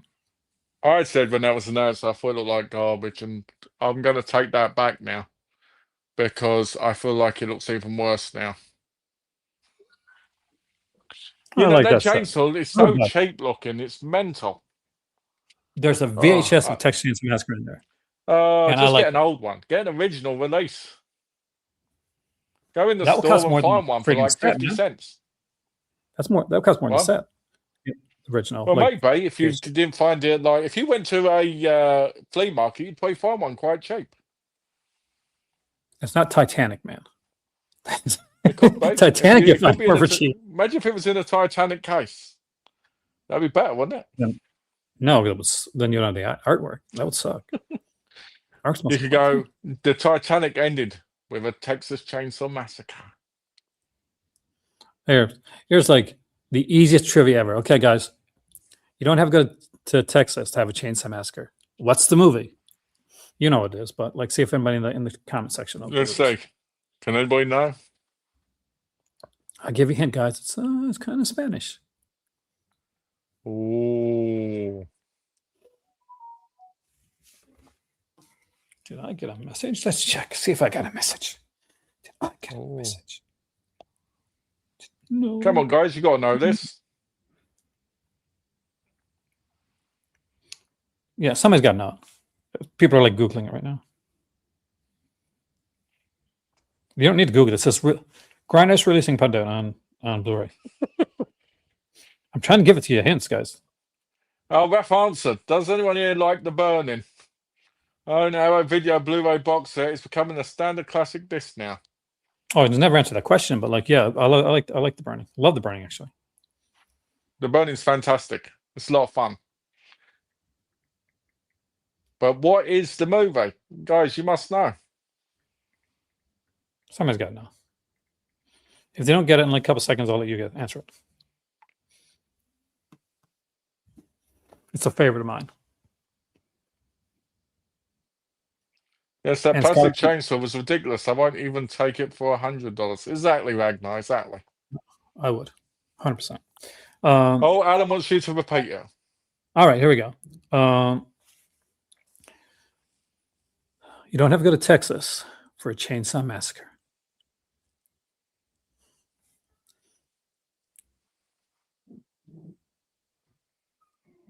The movie, the Blu-ray release, was a bit infamous because it came with a certain little special extra that everybody thought they were going to get, but was actually only exclusive to the website. Hey, Ragnar got it. I've got that extra, by the way. I've got that extra. I ordered mine from Amazon. I thought it was coming with it. It didn't come with it. I was so pissed off. Oh. But that has that extra, though. Well, good movie. I bet he plays with it as well quite a lot. It's like such. I love the fact that Pieces stars the guy from Pod People. The same kid from Pod People. It stinks. I still love the trivia, but Bruce Lee, where he was basically just around the set and he just popped on for just a second, and that was it. Now it's classified as a exploitation movie as well, technically.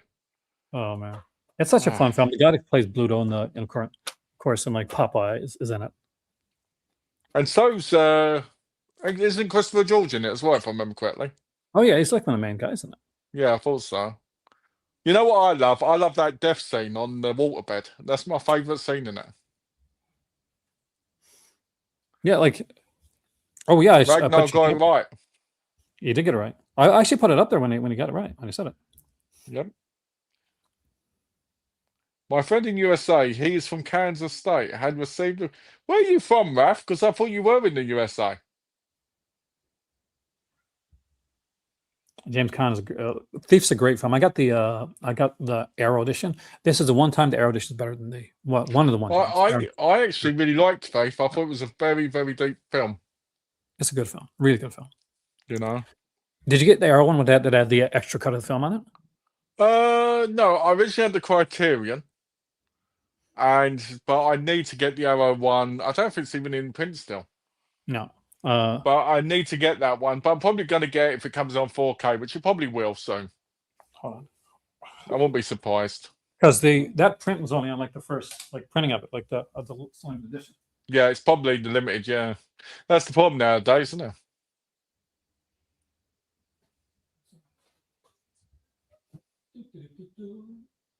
All right, Ragnar, I'm going to ask you a question. You can tell me what this is from. Ready? When they say the evil shredder attacks, what is that from? Come on, you know this one. When the evil shredder attacks. That way you can be 2 for 2 then. And then you would have got Aaron's right, my right. So I need to know if you know what it is.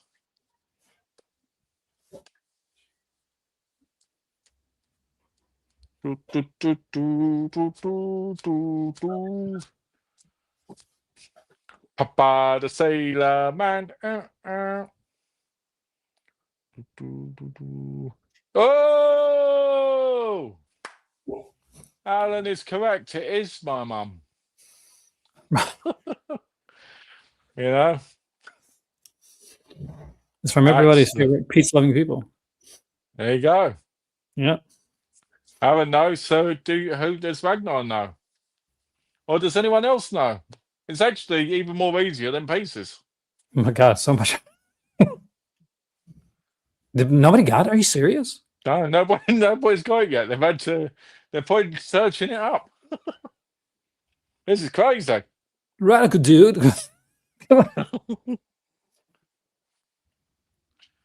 I thought that was easy. Yeah, but I gotta get that set actually. I got the old pizza box looking set. Yeah. But I gotta get the newest Arrow. You're gonna get the new 4K one. Yeah, I do. I want to get it. I mean, I've thought about getting Spawn too, but the movie's shit. But I kind of want it, for nostalgia. Oh, I know that feeling. Yeah, because it is a shitty movie. I definitely want to get the 4K set if I can, especially with all those extras. Oh yeah, the extras are good for that one. You know. because I can't believe I haven't figured it out. It's crazy. I can't believe it took that long to figure pieces, for crying out loud. Especially my crowd here, like they know these films. These are the films. Well, no, it's how can people watch your streams didn't realize it was pieces straight away. I don't know, man. It's like cowabunga. You should know this stuff. Yeah, exactly. How do you not know this? Oh no! Only Alan guessed, and he said your mum. So there we go. Got the movie, just can't think of it. What? I've been like giving like clues like consistently since I came back. It's the Turtles, guys. It's the Teenage Mutant Ninja Turtles. Teenage Mutant Ninja. Oh, when the evil Shredder attacks, blah blah blah blah blah blah blah blah. Teenage Mutant Ninja Turtles. Heroes in a Half Shell. Turtle Power. There you go. And they're green. I got the van, the cartoon in the van, right? Oh, have you got the van where they're stuck in the and where they're the discs? I hate that. You know, where they're discs inside the.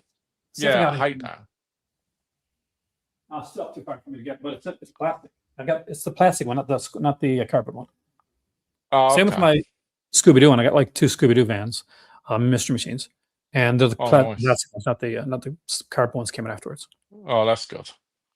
God, the Turtles, guys, the Turtles. You guys did not get the Turtles. Shocking. I'm absolutely shocked.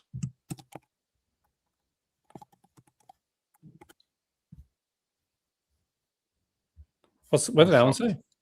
Guess this. What character is Howard F. Howard the Duck? Yeah.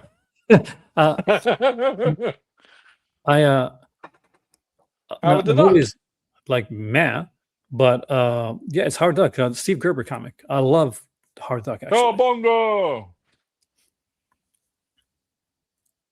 I remember I had like issues of Howard Duck when I was a kid, but my favorite issue was when he was fighting a villain named Status Quo, which is. I love the movie though. Oh, people would be so pissed about Howard the Duck. Steve Gerber, it was like this super like activism, political type character, kind of off the wall. They would be like, Alan just corrected you, said no, Stooge Mania. It's in Howard the Duck, man. What the fuck, Stooge Mania? Let me look that up. I'm talking about classic. What? What's going on? Do you mean Josh Mosley's film? Let's just see. Heart of Heart, Josh Mosley's character?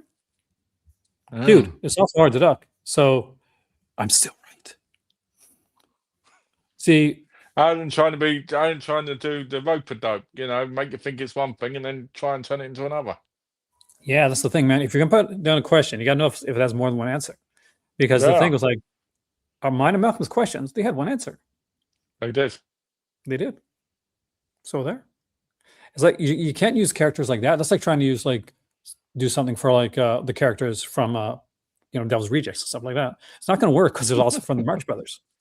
It is, they're Marx Brothers characters. But it's a good question, Alan. That's kind of cool. Alan, who does they'd be like quoting like saying Mr. Magoo, what film is he in? And going, oh, okay. And then it's put it in the underrated movies. That's on our on the my cousin and his mother talked to me. They're getting limited edition Blu-ray edition of the Batman Nolan trilogy. It's their Blu-ray disc. eBay UK is shipping for them in 6 days. Nice. Some great films there. I was a little old for Teenage Mutant Ninja Turtles. Nobody was too old for Teenage Mutant Ninja Turtles. What are you on about? How old are you? I'm 55 almost. So right, you must be, or because I'm the target age for Turtles. Especially that era of the Turtles. That was like my cartoon. Actually, if anything, Malcolm's a little young for the Turtles. Yeah. But that was my era. Like I remember that so well. I had the original Turtles comic though. I think I'm going to guess Ragnar's age. I think Ragnar is 67. We have to be a bit older for that. If he's too old for the Turtles. Turtles is an 80s cartoon. How can you be too old anyway for Turtles? Surely there was people around you watch Turtles. Like, I mean, it's I mean, some iconic kids, to the like I like point kids. that even my great grandparents watched it. Like 80s, you had like, and there's always been an iteration of Turtles, right? So Yeah, like, that's what I mean. if you're in the kid in the 80s, you watch the Turtles. If you're like in the 90s, you watch the Turtles. If you're in the 2000s, you watch a different iteration of Turtles. Yeah, and now they're You even still saw, going, aren't they? oh yeah, like doing some good stuff too. IDW's like Turtles comics really good, by the way. Yeah. And Last Ronin, I recommend people read that. That's a really good story. Have you read the whole of it, like the Lost ones as well? No, Because there's I like missed 4 books, isn't there, of it? of the Turtles. There's like 18, like IDW No, I books. mean of the Ronin one. Oh, the one, yeah. I read the first one. I read the first story. I read the sequel story. Yeah, because there's like 4 books that go in that in a set I saw recently. I got the first Ronin set. Yeah. But I don't have the others. That's a good book one because they don't tell you who the last Ronin is right away. You got to read through it to find out. So it's kind of a fun mystery that way. Uncle Phil, that's the voice of Shredder. You're right on that, actually. Yes. Uncle Phil.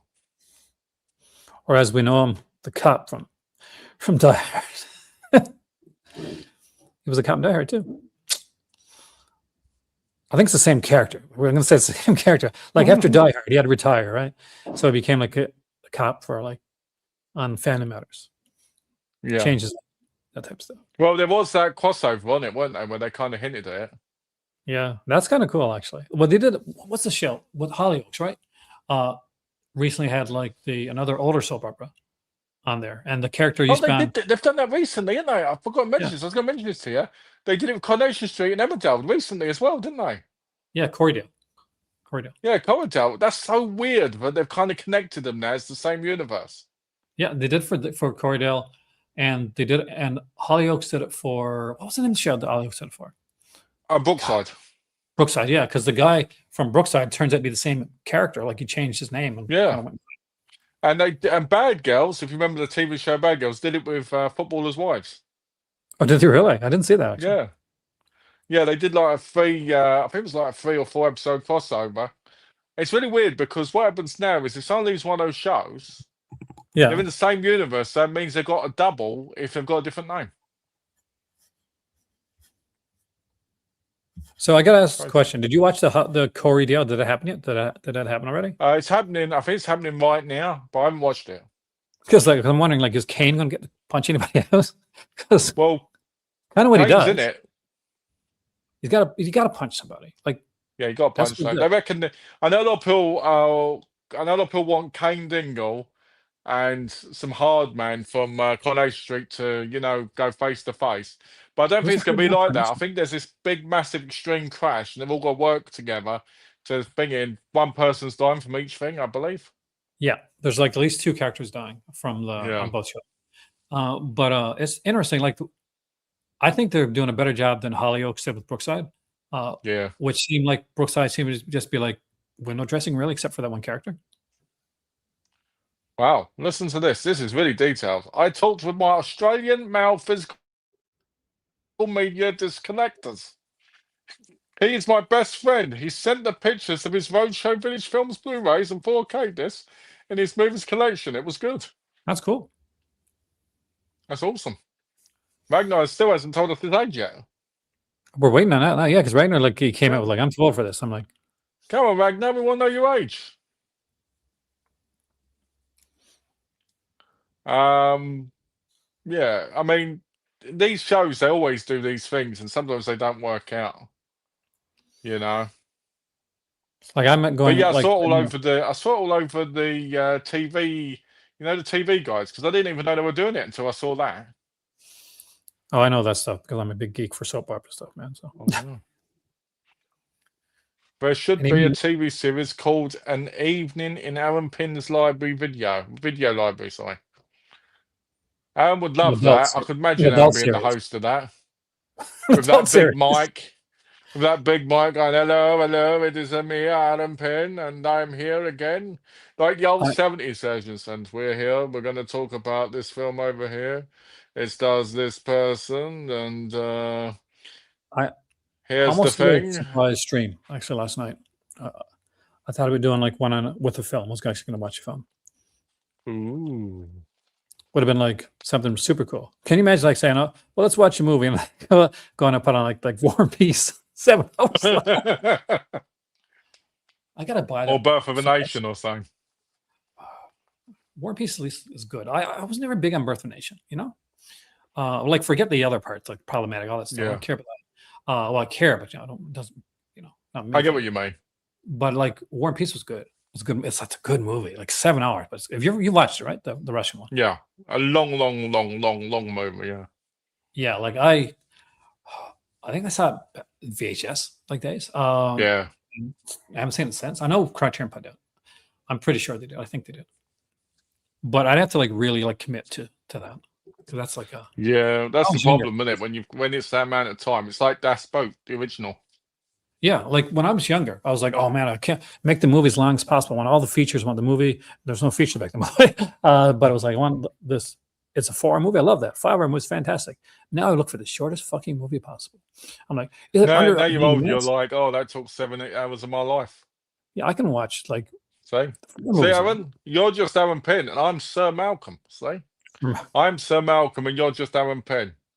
Have standard Blu-ray discs and 4K discs of Roadshow Village Films, Australia Physical Media Label Company. I don't have any now. I wouldn't know if I have or not, to be honest. I don't even know what they've released. I'm looking it up now, actually. Because when I think of Australian labels, I think of Chameleon Films, I think of Umbrella, I think of, Imprint. It's a theme park, not that much. Village Roadshow operates cinemas and theme parks and produces films. Let's see what they produced. Let's find out. Let's find out. Hey, cinema. There we go. Yeah. List of film production companies. List of television. Cinema of Australia. I guess Australian movies. Produce Australian movies. I think so. I probably got some, but not from that company. Maybe they release things like Kath and Kim and stuff like that. Oh, I like Kath and Kim. That's a good show. I didn't like the remake, though. No, the remake was awful. And I had good actors, too. It was like, not the actors were bad. Selma Blair was one, weren't she? What's Selma Blair? Yeah. I had a crush on Selma Blair. Yeah. Big crush on Selma Blair. I think everybody did at one point because she was like, what do you call it, wasn't she? One of the Indie Darlings. But I also had a crush on Chloe Sevigny, and I don't think anybody else had a crush on me. But I like Yeah, you told me once you had a crush on Peter Dinklage. Who? Oh, you mean the guy from what's it, Game of Thrones? Yeah. Yeah, I had such a crush. I forget who it was. No, I actually like that actor. He's a good actor. He's a brilliant actor. I actually think, and this might sound, I'm not going to mention, his height or anything, so I'm not going to mention that because I don't want anybody to take me the wrong way. You did, but I do think he is one of the greatest actors where when you look at him, I mean, you do not see the height. You see him as an actor. Do you get what I mean? So I feel like he could play anything. He can. He's so good. Like, obviously, he made Game of Thrones. He really did. He did. He was the best part of it. Even when it got really shitty, he was good. Yeah. And Emilia Clarke made it when she took her kit off. And what TV show did the host say, let's see what I got in my pockets? What? There you go, Aaron. I don't know. Tell me. I can answer that easily. I know exactly who said that. Okay, I don't. Bruce Forsyth. I'd have to Google it. Oh, and I know it is now when I look. And him. Oh, Culture Vulture's in there. Hello, Culture. Him would know. It's Lord of the Rings, but I think it's the Hobbit. I cheated, by the way. I did not know the answer. Oh, see, Aaron can cheat because he's got his thing there. I can't because I'm on the phone.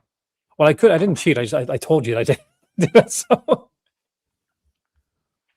guys, if you fancy buy me a coffee, there's a link in the description. If you feel like you want to do that for my birthday, it'd be much appreciated. Right then, that's the first link. There you go, first link. Yeah, Captain Kangaroo wasn't. I don't think that was even. I don't think that was even over at Captain Kangaroo. Oh, I know what it is. I didn't see it because I'm Canadian. So, Yeah, that's what I mean. I think it's one of those things. You know, it was like Mr. Dress Up for me when you were talking about him. yeah, the And tickle Mr. time. Rogers, I'd never heard of him until I was in America or spoke to you about Mr. Dress Up. It's weird, isn't it? How some things like evade culture completely. Oh yeah, that's the thing. Like he did not know, like So, obviously Mr. Jessup was. probably a little while. Okay. Do you wanna eat then? I'll eat and then All right, you eat, all right? Oh, you need. We'll end it soon because I think looks like he's got to go soon to do his romantic birthday evening with his better half. Oh, no, Donna's not. Donna was going to cook flat chicken. Do you know what flat chicken is? Like a chicken that lost a lot of weight. It is. It's a very thin, skinny chicken. Now, basically, it's like a chicken steak, you know, like normal chicken, but in bread with like, you know, like garlic on it and chips and that. But she's gonna cook hers, and then I'm gonna have mine in a little while. So Here you go, guys. Give the guy like donations. He's missing his food right now for you guys. There you go. I am. I'm missing my food to be here for you guys on my birthday. So please donate. He Please. cares, man. He cares so much. Please, guys. It means the world to me. Let him go to your house. Let him water your plants. God damn. If he's watering your plants, let me have your housing. Let me have your housing. Give me your house. How many subscriptions are left while we're here? Because I'm curious about that. Let's say, I wonder. 178 left in stock.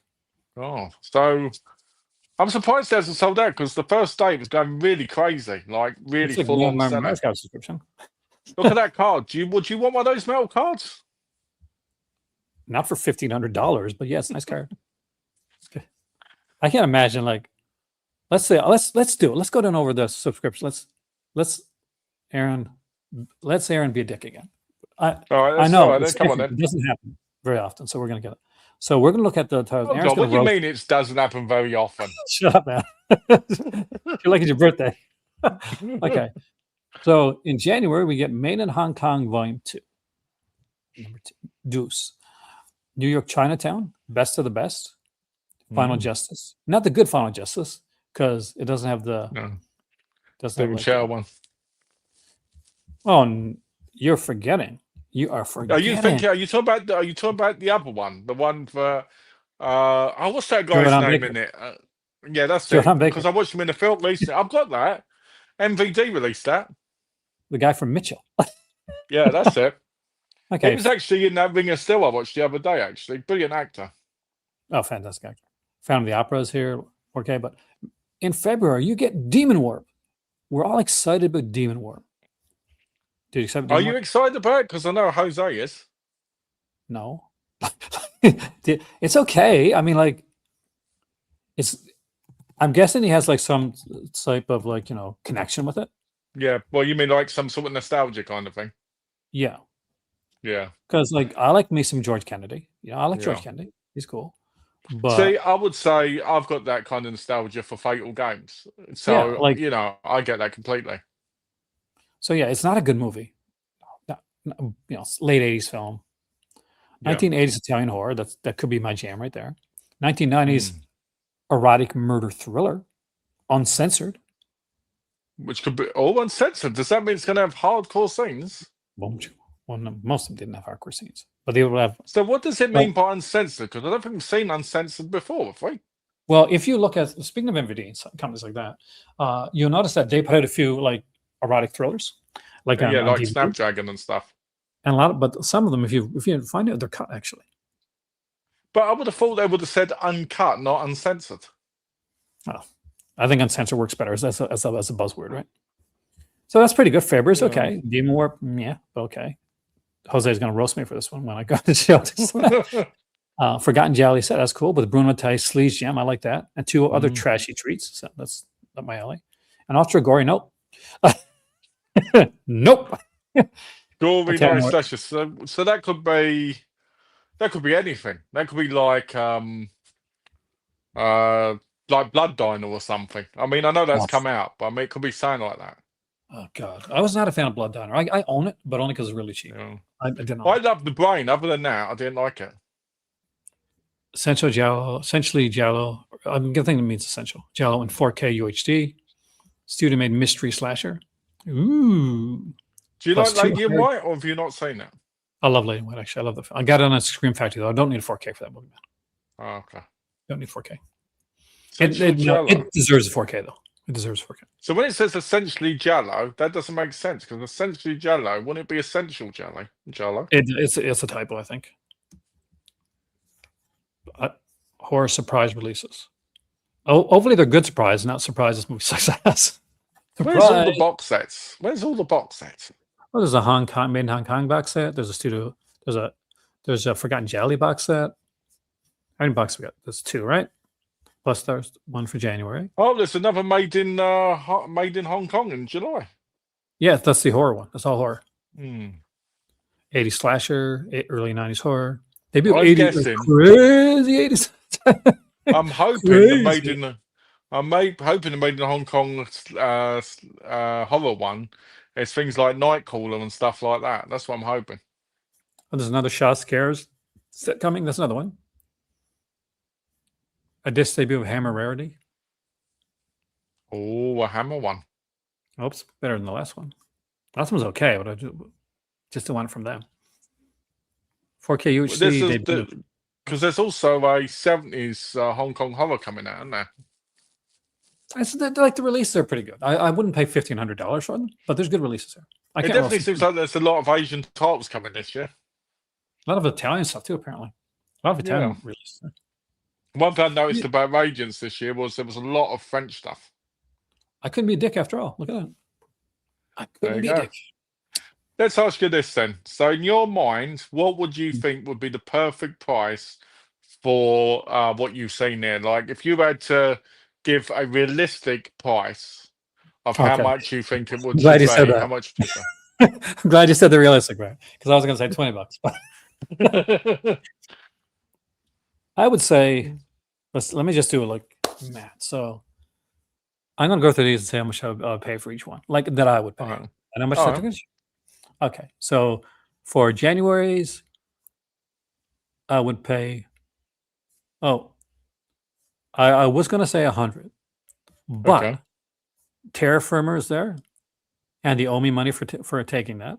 So that's 50. That's 50. Okay, we have $50. 50 Canadian. Canadian dollars. No. 50 like 50 Moroccan dirhams. What is 50 Moroccan dirhams? I gotta look that up. Actually, I'm gonna look it up. That can't be. That's got to be so less, surely. The Canadian. We'll see what it is. 50 MAD to CAD. Gonna be $7.52 Canadian. No. So that means over here for me that'd be like £2.20. Yeah. You're coming over here, man. If you ever visit over here, I'm scoring. All right, so $50 for that. What about 50? 50 American. Okay, we'll go 50. Okay, 50 American. So Demon Warp, I pay a good $10 for that. $10. Okay. Italian Horror, I could pay up to 20. $50. There we go. 20, 20, 10, 50. Okay. Hey. $50. Their price, $199. Here's price, $50. I can see you guys liking my price is better. I can see that. But the SRP, right? The SRP is the suggested retail price. Suggested retail price. And that's never the case, is it? Normally, because it's normally like what 35 off of that. Yeah. When they release them. So yeah. So your discount of 50 is actually closer to the price. So Forgotten Jelly set, I pay 50 for that. No problem. An ultra gory 80s one, no. I'll pay $10 for that.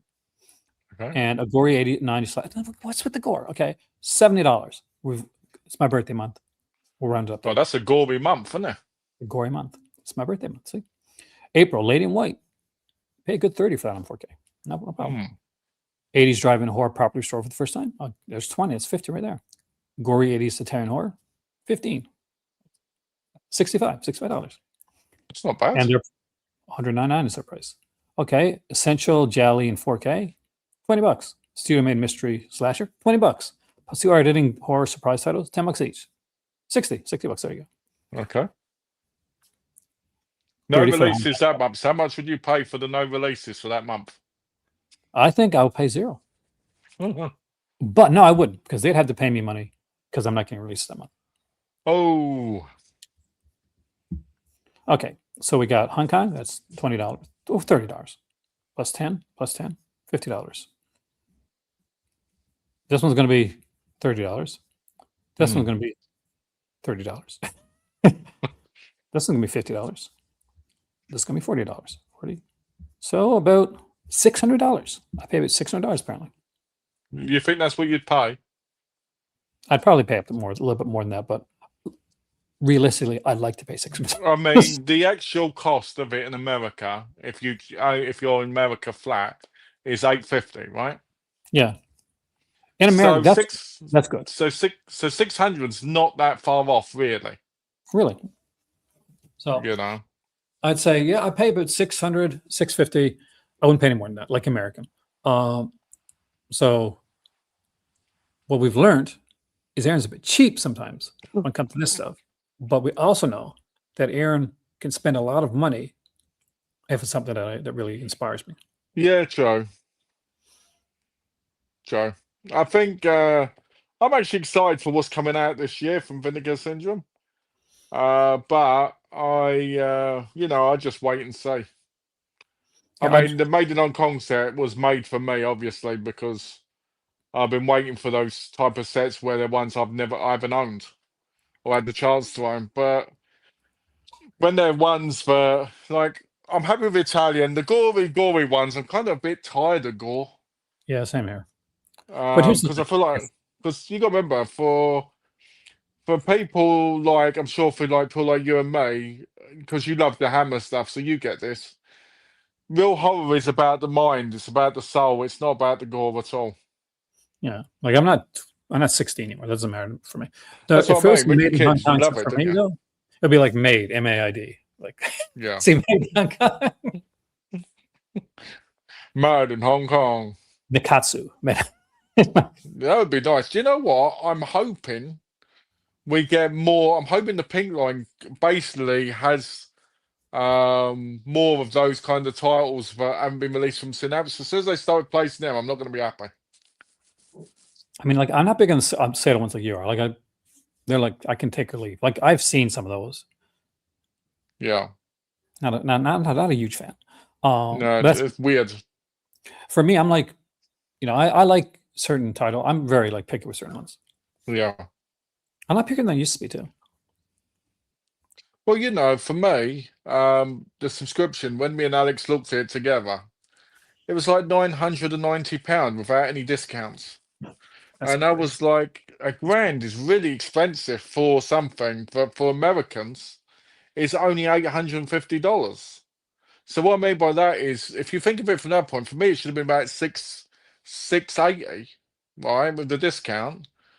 But because of the shipping being like $200 odd, it's ridiculous. I think these, like, stuff like this is made for, if you're in the United States, I understand. You'll get it quick, price is okay for it. But for like outside, and what really bothers me is like sometimes there's like Canadian things. There used to be a Canadian that I buy The Notebook. Well, you mean the movie with like no, I know you mean The Notebook. It means the Vinegar Syndrome thing, doesn't it? Oh yeah. No, I did buy The Notebook, Alex. It looks nice though. Did you buy anything today to add to your order? Did he buy stuff yet? He bought the Canyons, right? No. But he bought The Great Silence. I know that. And I know he wanted a couple of other titles, but again, for like Alex, it adds up to I saw the zoom in there on the TV, and I was like, "What's going on?" I bought 10 notebooks and now 5 coins in the Canyons. Damn right, man. Buy those Canyons. Yeah. Because I don't understand, Malcolm, how you cannot like Lindsay Lohan's Canyons. How can you not like Lindsay Lohan's Canyons? What is wrong? You've got a real thing about her Canyons, haven't you? I like quality Canyons. I thought she wasn't that great looking naked, to be honest. You know, because you got to remember by that point she'd done all this crazy stuff, and I mean, if this was back during the days where she was like in Mean Girls and that, when she was seemed more innocent than that, you know, maybe. But If it was back in would you those days, just you me get if I arrested. did actually buy? I would actually, if you actually bought the Canyons, Alex, I would expect you to pay me compensation for knowing you bought it. That's how bad it would be. Lindsay Lohan was 17 years old when Mean Girls was made. You know that.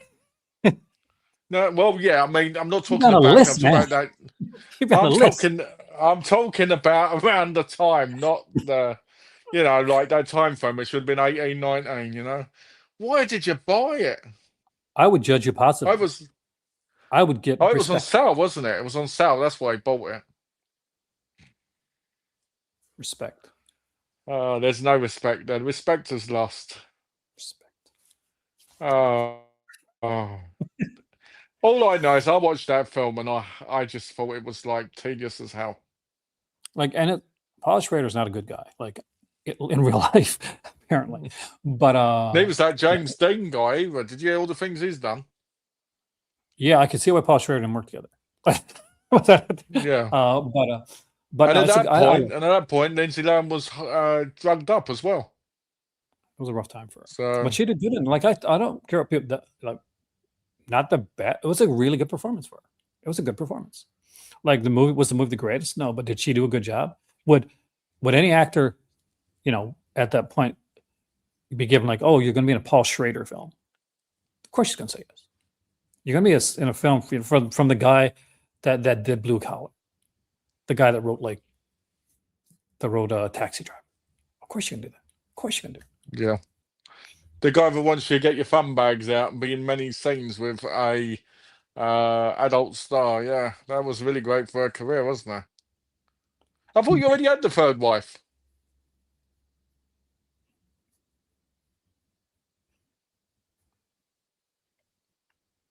Because, like, I don't know. I will say this as about you Lindsay see, Lohan. She seems to be coming back pretty well now. Alex has gained taste over the last day. What is going? What's going? Is look, say, you've gained Aaron's respect. I said you've gained Aaron's respect with that comment, and you've lost mine with it as well. But you used to own the. Okay, so you replaced it. So you're saying it's a positive, like both ways, then? No, it's. What a diss! Oh, you got him. That was good. That was pretty good. That was good. That was good. I've got the Eureka one, but I just haven't. I haven't put on yet. It was Alex's recommendation. You know, the third wife. I tell you what, I got in the mail today. I got the Third Man, the 4K. I got it on Amazon for I heard that's a £8. really good release, actually. I heard that's a great release. Yeah, £8. I got it down here. If I can grab it. Came with the slip as well, though. Oh, nice. Yeah, only £8 for the 4K. What a bargain, right? That's a good release, man. I love the Third Man. It's good, great fun. It's I'm looking forward to watching it in 4K. No canyons. What? No canyons. Missed a couple canyons. Missed at least a couple canyons, you know? Well, it's the PG too much, really. Like, I was watching it the other day. I was watching the Third Man the other day, and I'm like, where's the boobs? So you wanted, so let me get this right, you wanted Joseph Cotton to get his moves out. Not Joseph Cotton. No? Maybe Mr. Sits and Camps. Oh God! If they release that on 4K, that will kill their whole reputation. Oh, it won't surprise me. Radiance, if they release Canyons. Not for me, it wouldn't. Yeah. Oh yeah, you'd go and buy it immediately. Radiance owes me some good faith here. So yeah, come on. Oh God! I can imagine what you'd want the label to release. Canyons. This. Release this movie. The all-nighter. Yeah, the all-nighter. There you go. They need to release Top Tip. That's what they need to release, like Vinegar Syndrome did. Satisfaction. Julia Roberts, Liam Neeson. There you go. Justine Bateman, right? The Accused. They didn't bring that out. That was a really good movie. Actually, I got to see Jodie Foster in person recently. That's true. She aged extremely well. She was such a nice lady. She's one of those girls. She's one of those women. But when she was a kid, I mean, you saw in Taxi Driver. You know, she looks different, but as she's got older, she's really grown into herself. Do you know what I mean? Like she feels like, you know. I realized when I was watching, like, that was at the tribute for Jodie Foster when she was getting the award, that I grew up with her films and with like watching her, right? Yeah. Like a little girl who lived down the lanes chilled me as a kid. Like that really, it stuck with me. It still sticks with me to this day. Classic. Right? Sheen's the character is like creepy as hell. Camp Blood Collection, of course you got to do subscriber exclusives, right? God, imagine that if that did come out and it was all of them, like all 12 of them now. Radiance presents the David Sterling Collection. That's going to be it. You know that Radical Japan, they're going to have Radical micro budget, and it's going to have all them. Would you buy it? Would you get a subscription for that? I've already got the subscription, so I won't have a choice, would I? They're like, all David Sterling and like films from Brandon. If they said that, I wouldn't subscribe. If they said that, I wouldn't subscribe. The Brandon Mitchell Collection. Oh God. Night Hours. You could get the Night Hours short films. Oh, well, I found it kind of comical. Like they put out the witchcraft movies, but it's all the bad ones. Like, yeah, like why not? None of the good ones. That's because he hasn't got the rights, has he? Sadly. Yeah, sadly no. Actually, I really like the Brian Clemens thriller series. I love that a lot. Actually, I like Brian Clemens. That's a good series. I love the Boris Karloff's my favorite. I watch that one like once a year at least. But the Brian Clemens one's really good. So yeah, I'm a fan. Like he was big over there, right? Like Clemens did a lot of stuff. Like aside from the Avengers, of course, but he did a lot of stuff, right? Yeah, he did. Did you see that new 4K Avengers set? I don't own the new Avengers set, I mean. Like we were talking about the Professionals yesterday. That's also kind of Brian Clemens. Yeah. And the new Professionals. I saw the 4K of the new Avengers, and I was like, oh. But then when I saw it was like, when I saw like 150 quid on it, I was like, what the hell? That's a Canadian UK like co-production. Actually, New Avengers was. Yeah, but the price of it's mental. Yeah. Oh yeah, I wouldn't buy it for that price. I almost picked up like Blu-ray's like, I mean, the Blu-ray's like what, 100 quid, and the 4K's £50 more. That's crazy. And I think it's only 2 seasons, isn't it? Avengers. Yeah, no more than that. Like, it's not a long. Didn't go on a long time. No. I wouldn't know why Radiance didn't give a metal card to its subscribers. Oh, talking about respect, Alex did a 6 months for Radiance. Nice. Yeah. So, do you have a favorite episode, by the way? So that? Do you have a favorite episode of Brian Clemens' Thriller? We made us like say an episode off by heart. I'd have to look it up actually. I'll be honest with you, I'd have to look it up as well because it's been so long. And to me, those type of shows, they always mix in. Yeah, it's like like I could get Tales from Darkside and Tales from the Crypt mixed up. Sometimes. It's like that. I liked. Remember Roald Dahl's Tales Unexpected? I love that. I've got a complete series of that. The first season's the best, but where it has him on it. When they took him off, it kind of ruined it in a way. It was cool. I mean, like in Canada, we had like the Dance to the Dead Marionettes was the song that would come on for it. I know they changed in some places. The da da da da da. Yeah, they did. Yeah. But I remember the episode about like the gambling one where he loses the finger. Oh, with the fingers. Yeah, and there's a lot of really good early episodes that I just really enjoyed watching. I got like the early episodes are the best. The fact they went on for so long, and Roald Dahl wasn't involved in being like the, like the person who talked before and after, really ruined the atmosphere going in. I really love the network release of it, but I hate when they're in that plastic again. Yeah. I hate those boxes. I wouldn't really talk much like politics-y stuff on here. War crimes. Who talked about that? Oh, somebody mentioned the U.S. Venezuela thing, which is. Oh, I didn't even see that. Yeah, I did. Did you delete it? No, I didn't leave. It's something. It wasn't like a bad thing. Just asked. Somebody randomly mentioned it. Oh, Strange Paradise. Did you really? I love that. Okay, so Strange Paradise, for those who don't know it, it is a Canadian version of Dark Shadows. Is that what it is? Yeah, it's actually really damn good.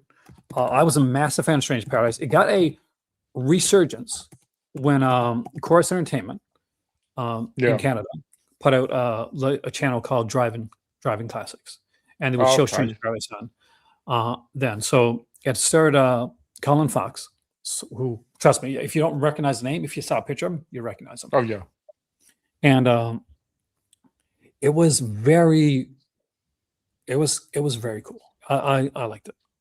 It lasted a bit, like a year, but over 300 episodes because it's a soap opera. Yeah.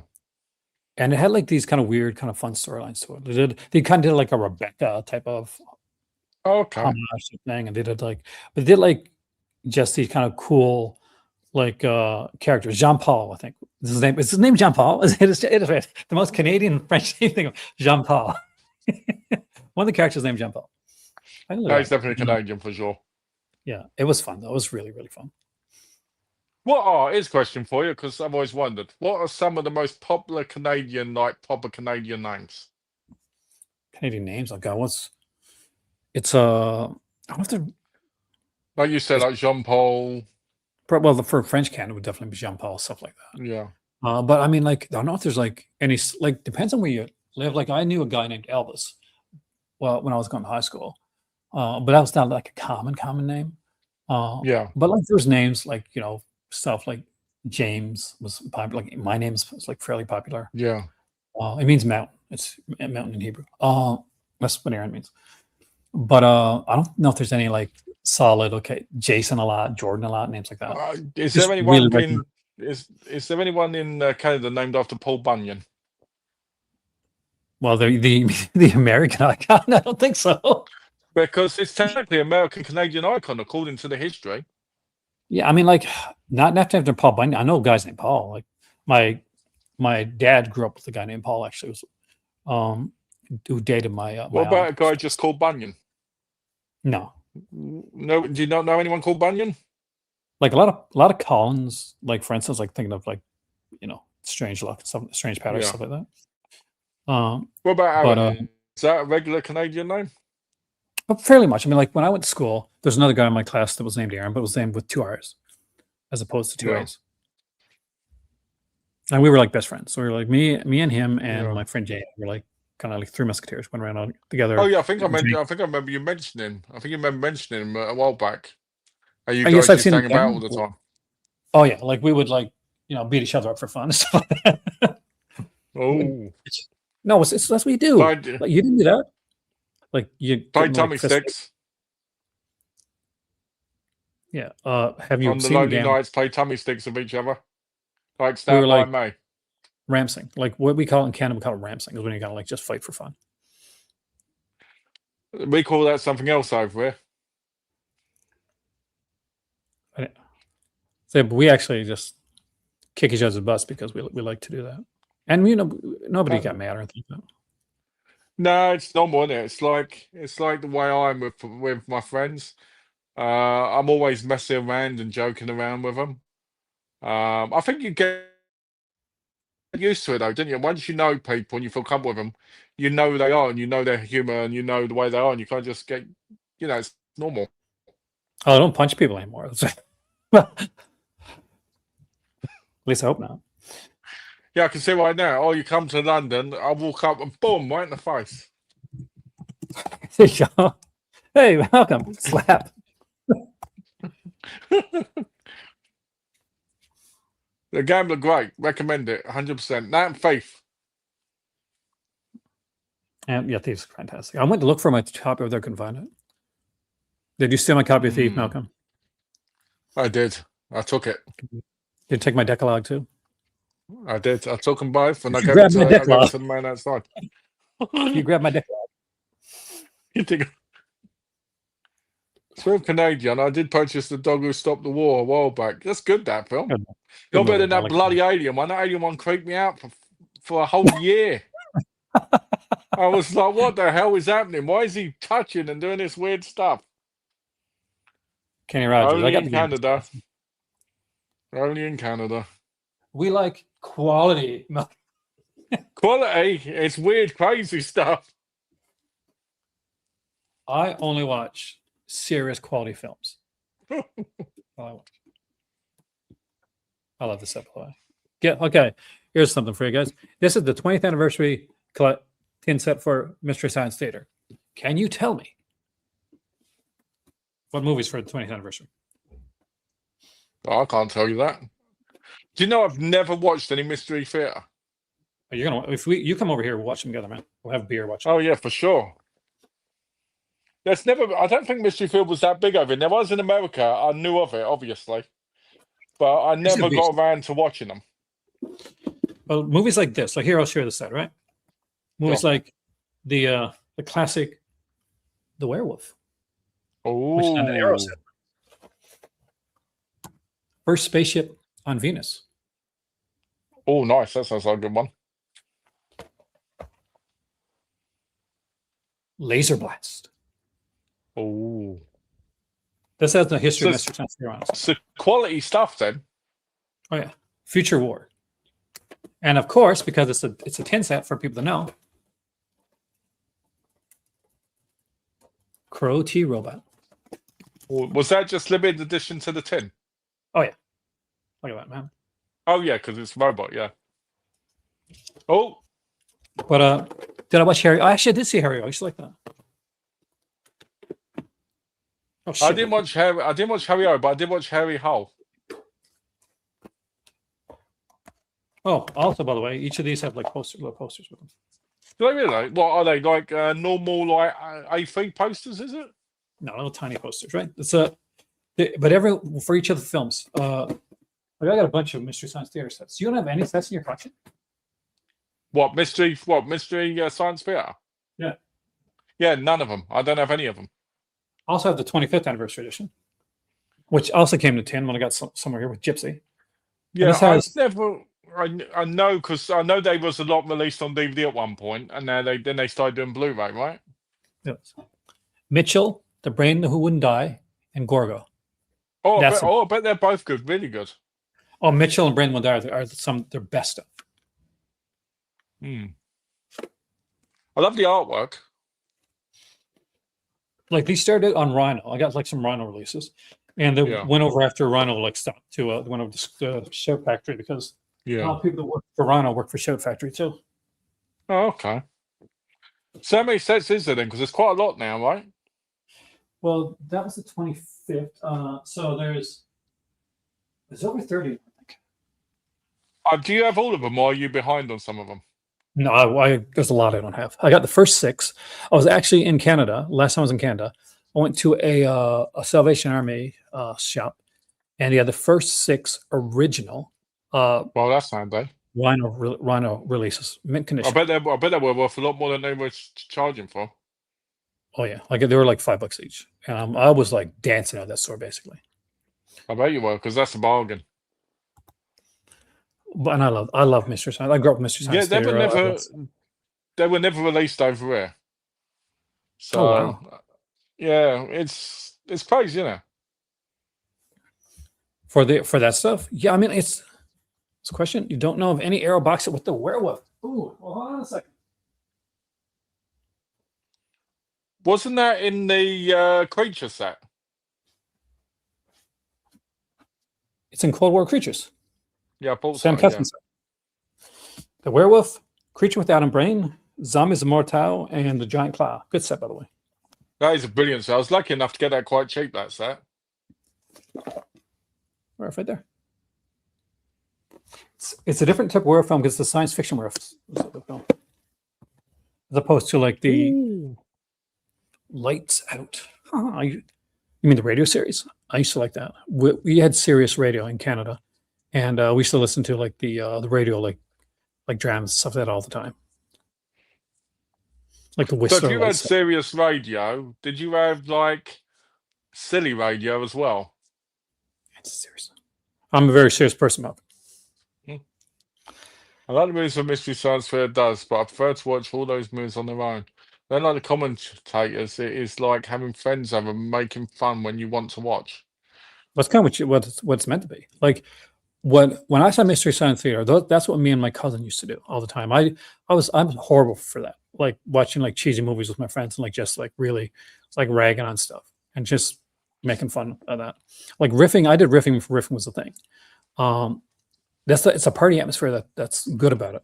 Early Mystery Science Theater wasn't quite as good because it's all improv, and for something like that, like to do it like legitimately on a long-term basis, that's a cool one. You have that's the one that you're talking about, Alan, isn't it? The one they made fun of this film. I believe so, anyway. Oh, carry on. Well, nobody likes talking theater.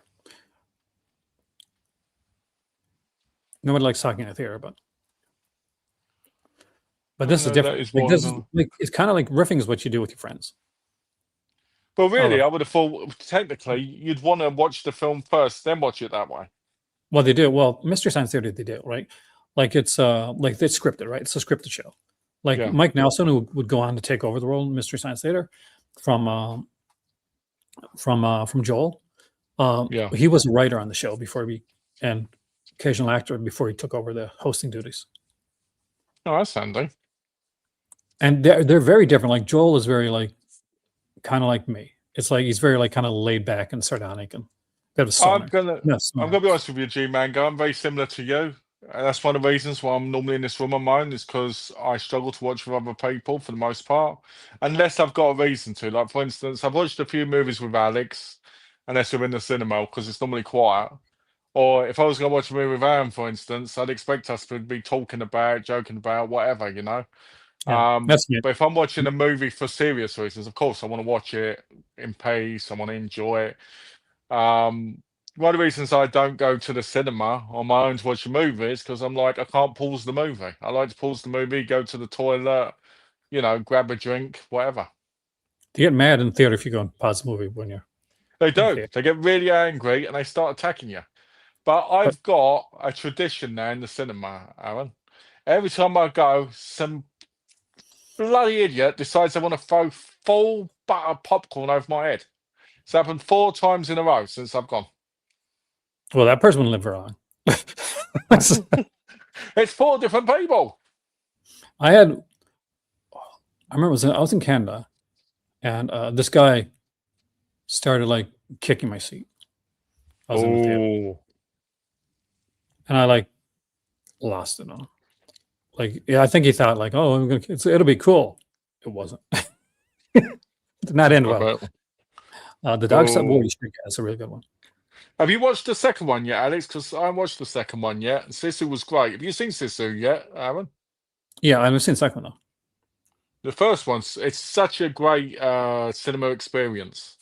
Like, that's what cinema was made for, you know. So you didn't watch it on your phone?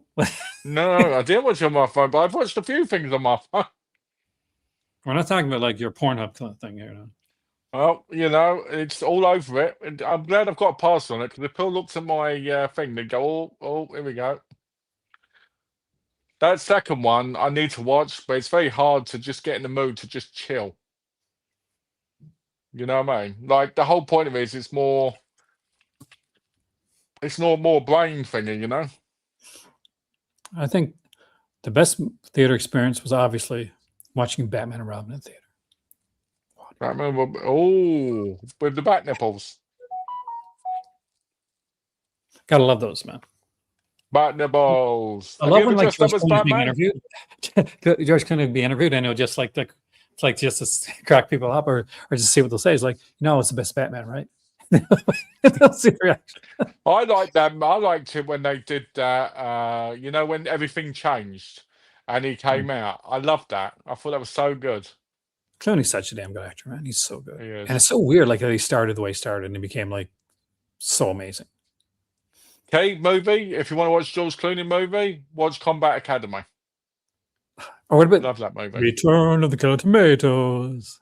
It was all right. Now And that's such a cheesy, great film. I don't know It why, is but so I've good. always been addicted to that Combat Academy. I think because it was one of my early DVDs. It's a fun film. I But just like got to Return of watch the Tomatoes, though, it. the whole like big-breasted girls go to the beach and take the tops off. There was 3 of those movies, weren't there? Tomatoes. There's like 4. Yeah. Or Is 4 that or 5. 4? I thought it was 3. There's like the Killer Tomatoes, Return of the Killer Tomatoes, Killer Tomatoes Strike Back, and Killer Tomatoes Eat France. So there's 4 of them. Oh, I didn't know that. Were they all around the same time? Series. My daughter had a FT toy, like a stuffed, like, fuzzy tomato from like the segment. Nice. Just got Twilight Zone, the movie on Blu-ray. Good movies, tragic story. Great movie. Great movie. Tragic story. There's a cursed one for you. It's very cursed. John Landis was a bit of a dick, man. Did you ever watch that? Did you ever watch that Shudder series, Cursed Films? Love that series. Love that series. I thought it was quite deep. You know what wasn't so deep, but I enjoyed it for what it was. But Eli Roth had a show called History of Horror. Oh, yeah. He glossed over so much stuff. Yeah, there was a lot of frustrating. And what was that other one? They did a series, didn't they, on Black Horror? Was it called Black Horror? Was it called something else? It's called Horror Noir. That's it. Horror Noir. It was Black Horror, right? Yeah, it started like as a documentary. It was really good, actually. I thought that was pretty good. I do have a tin box of all the Gamera movies. We got the Gamera set. Oh, I always wanted that. That's a cool set. That's a cool set, Michael. You don't have that one? No, I don't. I missed out on like the Gamera. See, Mystery Science Theater, like they started on a TV station called KTLA before they got onto like on the Comedy Network and then eventually the Sci-Fi Network. But the Gamera movies were some of the first things that they ever did. Back when J. Elvis was on the show before TV's Frank came next. I'm a big, as you can tell, I'm a big Mystery Science Theater guy. It's big. The first DVD I ever got was Rhino's Mystery Science Theater Essential Collection, which was 2 discs. Is Mystery Science Theater Canadian? It's American. It's an American show. It's American. I wonder, because I was going to say, normally you have this much passion for something where it's like Canadian like that. Do you know what I mean? Yeah. Well, but it's its humor to me is very Canadian. Of course, yeah. Because we, Canadians, we like to make fun of stuff. There's a lot of humor with Canadians. Oh yeah, like look at half the stars. We go to the United States, but like people like Rich Little and like Jim Carrey, like Canadian comedians. You know, I never knew Jim Carrey was Canadian until recently. Are you serious? Seriously, he's so Canadian. He's super Canadian. I did not think he was Canadian. That's like Mike Myers, man. He's Canadian too. Yeah, I didn't know he was either until he was thanked for being Canadian the other day either. But he's got such a strong accent. Like Mike Myers got like the strong Canadian accent. In all honesty, I cannot tell an accent unless it's really obvious. I cannot tell an accent. Can you tell my accent? I'm from Newfoundland. Can my accent show through? No, not for me. It doesn't. If I was to say like something along the lines of like "Long may a big jib draw" or something like that. Well, then I'd probably get it then, but not normally. Like for me, if I need American accent, to me, it's the only one I can tell. It's normally a New York style one. The really thick New York. Oh, the thick. Yeah, I like those. Or the Texan one. Where they have that real. I like the Texan. They'd have to be. Yeah, they'd have to be like Southern or like something like that. You know what I mean? I dated a Southern girl once, actually. And she was not a great person, but like she had a wonderful accent. That's how we look at them. We look at them as having a great accent. I'm a sucker for an accent. I really am. I mean, would most Americans know what a Yorkshire accent is, for example? Good question. Thick is what it is. Yes. Well, Canadians would anyway. Because we watch, but Canada's different. Like Alex, in Canada, we watch a lot of like Canadian stuff. Like Coronation Street soap stars come to Canada all the time to do like things because it's always sells like conventions and stuff, isn't it? Oh yeah, they sell it like they do like they'll do like talking things, and they'll come there with 2 or 3 of the stars, and they're like it sells it every time. Miner was massive when I was a kid. If you remember the show, like Dance Waterman, right? That was big. The George Cole movie, and the George Cole one. Oh yeah. Well, George Cole would stay in it after Dance Waterman left because he did the sequel Miners. And of course, that series didn't last very long. The new actors. Oh God, Canada and the US are such polar. They're so close to each other, but they're so different. Like Canada is a place in USA, right? And Canada, USA are the children of England. You know that Canada's bigger than the States. We're bigger. But Canada may be bigger, but it has more ice and unlivable areas. Not really. I mean, like, I live in Newfoundland. I'm like, if there's areas you can't live in, I'm sorry, you're a bit wimpy. Ooh, I live on you forget my wife grew up in Canada. Yeah, no, I don't forget actually. That's what I mean. And yeah, she said half of Canada is unlivable without dying. Donna, that's not true. Because I live in one of the more, like, Hint would go when she worked in Newfoundland. She used to go to the Northwest Territories, right? Which really was super cold. She must have hated that coming from Morocco. God no, she loved it there. She went like the coldness. You tell me she loved the cold. No, but she liked the area. Like she liked dog sledding and all that type of stuff. It's kind of cool. Yeah. Ooh. That was kind of fun. This video went on longer than I expected, because I'm like, I'm going to do a short video tomorrow. It's going to be like an hour long. Oh, once the chat gets going, it gets going. That's when you know it's a good one. There you go. We've been doing some good chats, I think, lately. Yeah, we've been doing great. Oh. I'm still looking for stuff that was cleaned up for about 2 weeks now. How do you not know where they are? Because I have a maid. Like, so what? It's the maid just moved it randomly, kind of thing. Yes. Because I would have thought I would have thought they'd have to listen to where you want the stuff. I'm like Canadian, right? And I don't speak American. And my maid doesn't speak English. Unless Hin's here. Like, I stay like out of the way. I'm like, with Hin's here, it's perfect. I don't have to say anything. And seriously, Alex, Canada is a beautiful country. Oh, it is gorgeous. But then I think most countries are, if you're in the right area. But Canada does have a lot of beautiful sites. I used to take it for granted when I was younger a lot, but I've been lucky enough to live in like an area where we did have a lot of like forests and trees and like places to go. Like I used to go like ice fishing in the winter. I'd go like fishing in the summer. I got to go out and like cut my own Christmas tree and all that stuff, which I took for granted. But like, I'm here in Morocco now where there's no snow, right? Unless you're going into the mountains. And it's so different. But it's gorgeous. Alex, if we get a chance to go to Canada, like, definitely go. There's people I want to take to Canada. England has some beautiful sites. It's just that they're so far apart. I love England. I mean, like, to be honest with you, when I went to England for the first time, Malcolm, I felt like I was home. I felt so at home. Well, you do. Of course you do, because England is the breadwinner of what Canada became. Technically, you are English. If you're Canadian, you can get an English citizenship.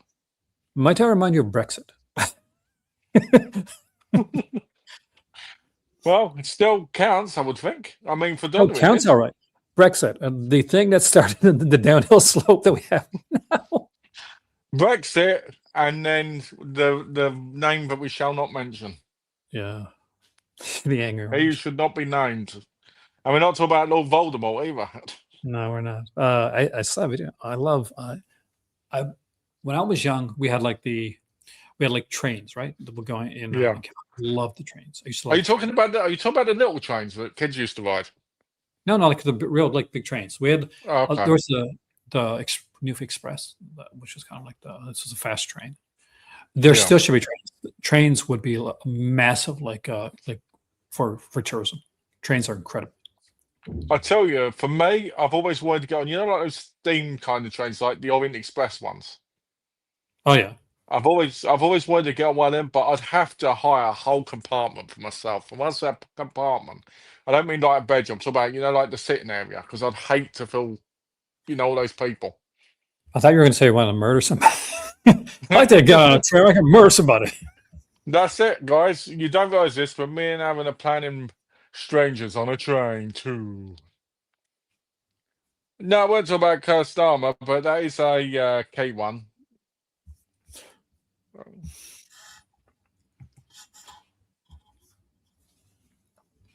Aaron's channel says no politics allowed, so I can't go further than that, guys. Yeah. Join me on the channel I've created called Culture Cinema Politics.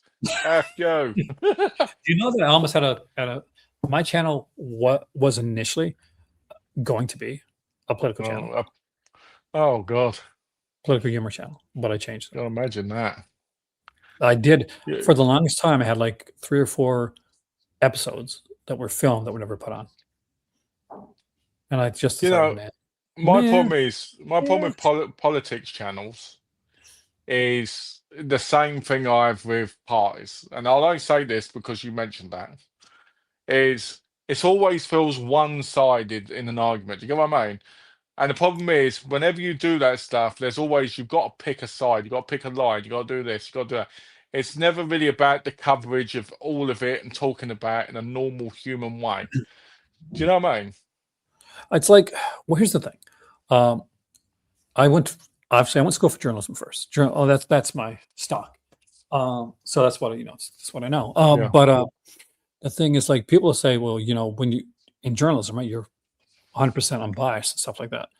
And the answer to that is, well, you try to be, but nobody really, really is. Even like the classics, like and that's the way it is, type thing. Everybody still has. Hunter S. Thompson still has this, like, his slants and stuff like that. Mostly, he was stoned all the time. I personally think if you had been a political channel and somebody contacted you and they said, "Hey, here's 30 grand," you'd have been like, "I love this party now." No, I couldn't be. That's the thing. Like, you know, my better half is. Yeah, I know. Like, I have the inability to sell out because of that. Actually, I would maybe. Politic-wise, it's funny because a lot of people talk to me about it, and I care about it, but not enough for it to turn me against people and hate people. And do you know what I mean? Yeah, Like, we'll leave it at that. Like, but like for me, that's not the case. Like, I'm in my real life, I'm actually fairly, like, active with that type of stuff. But on here, I want everybody to be able to come in and just enjoy themselves. I like, and like, leave all the stuff. Like, there's people that come in here, like trolls and stuff, that'll say different things, like to try to get a rise or just try to, like, just be, like, because their life is really sad and they want to, like, yeah, want attention. But it happens, right? But for me, like, I honestly, that's why it's called a cinema. That's why it's film, right? Because we talk about, like, movies, and, like, I'll talk about some other geeky stuff. I have friends that are different, like, leaning than me. I've very different leaning than me. Some really good friends that are, and we're still friends. Like, nothing changed there. I have some friends that are just, like, crazy.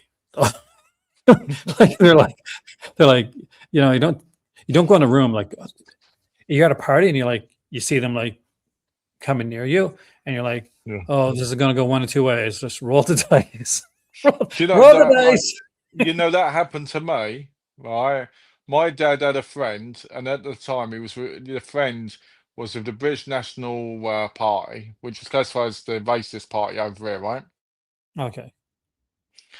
The guy never spoke to me when he went bowling with my dad or anything like that, right? But I went to vote, right? And I'll show you right now, that wasn't what I was going to vote for because I don't agree with racism at all. But he used to get picked up by my dad, so I knew him personally, before I knew he was a part of that. What does he do? I walk by and he goes, "Oh, let me shake your hand and take a picture with you." And I'm like, "What for?" And he went, "For the British National Party in the paper." And I was like, "What?" Absolute gobsmacking. It was like one of those moments where I just looked at my mum like, "What the hell?" Horrible. I'm not that active and stuff like that.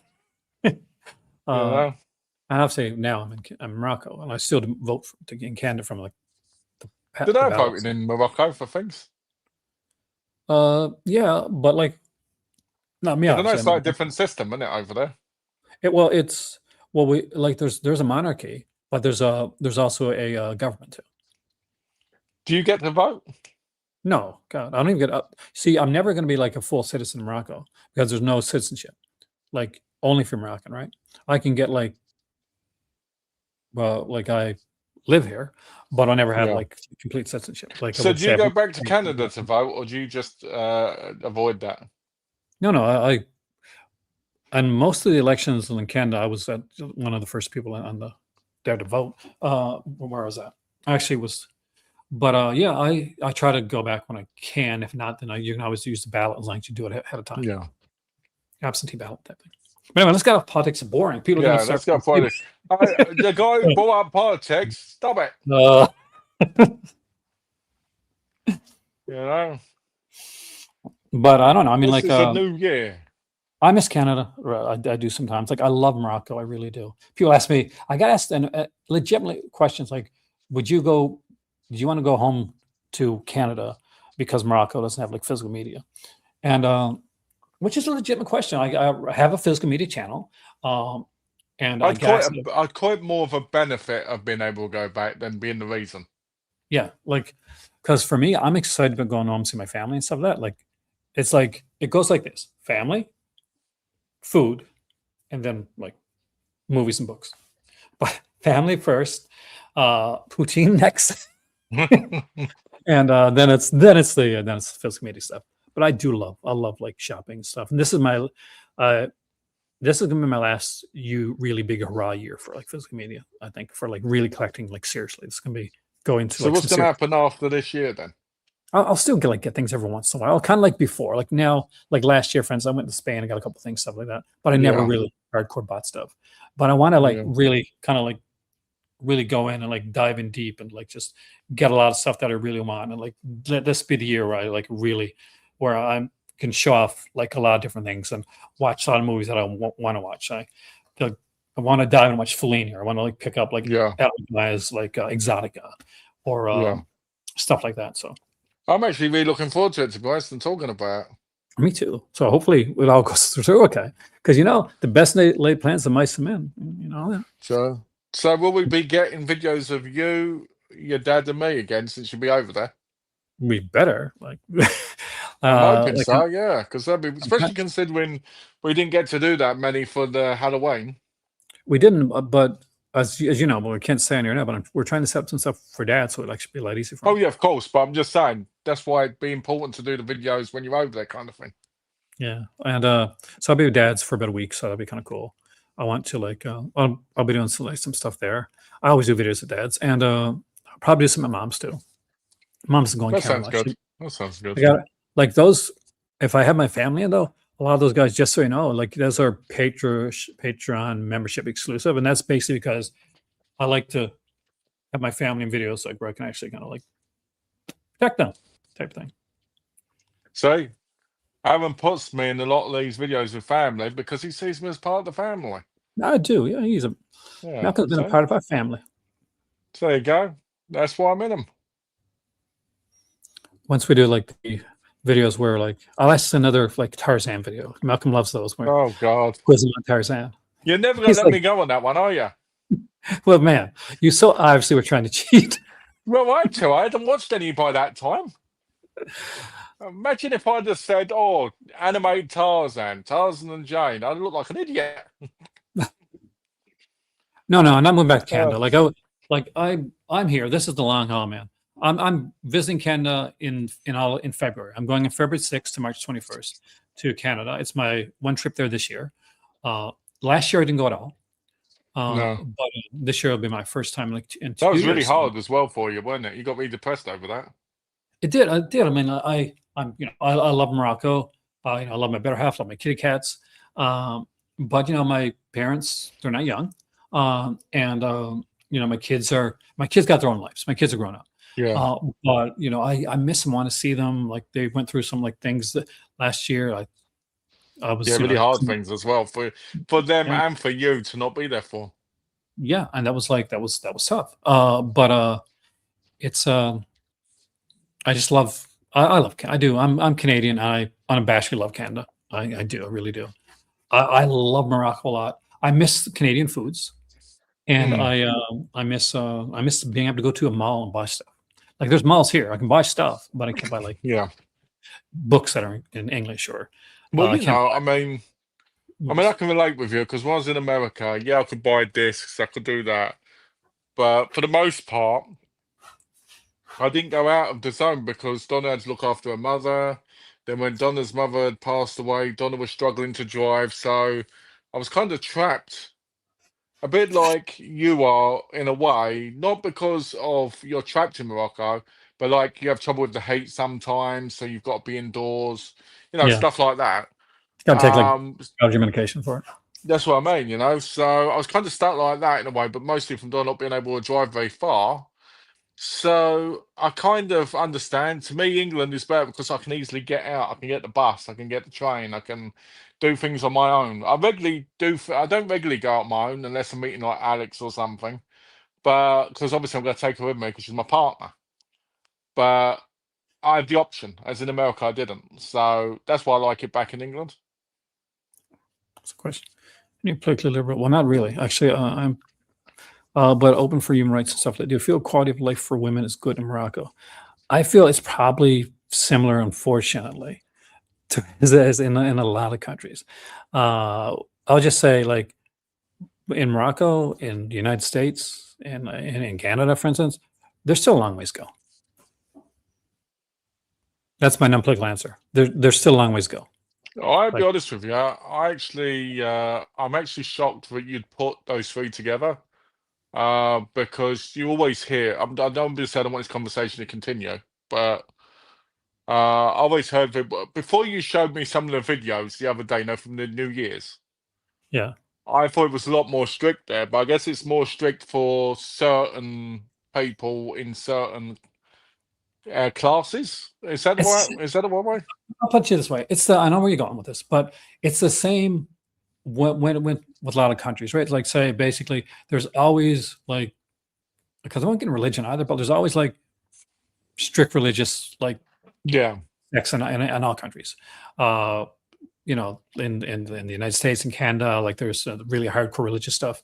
There's some of that here too. Not as much as you think, though. I think that's what surprises people. Is when like some people like they have like certain things in their head. So when they see people like wearing jeans or like having or going to a burlesque show or something like that, they get a bit surprised. yeah. That's But what no, I mean. Morocco's actually, especially where I'm at. I'm in an area of Morocco where it's very much more like open. Not no, there's still like work to be done. Work to be done, obviously, but I love the area.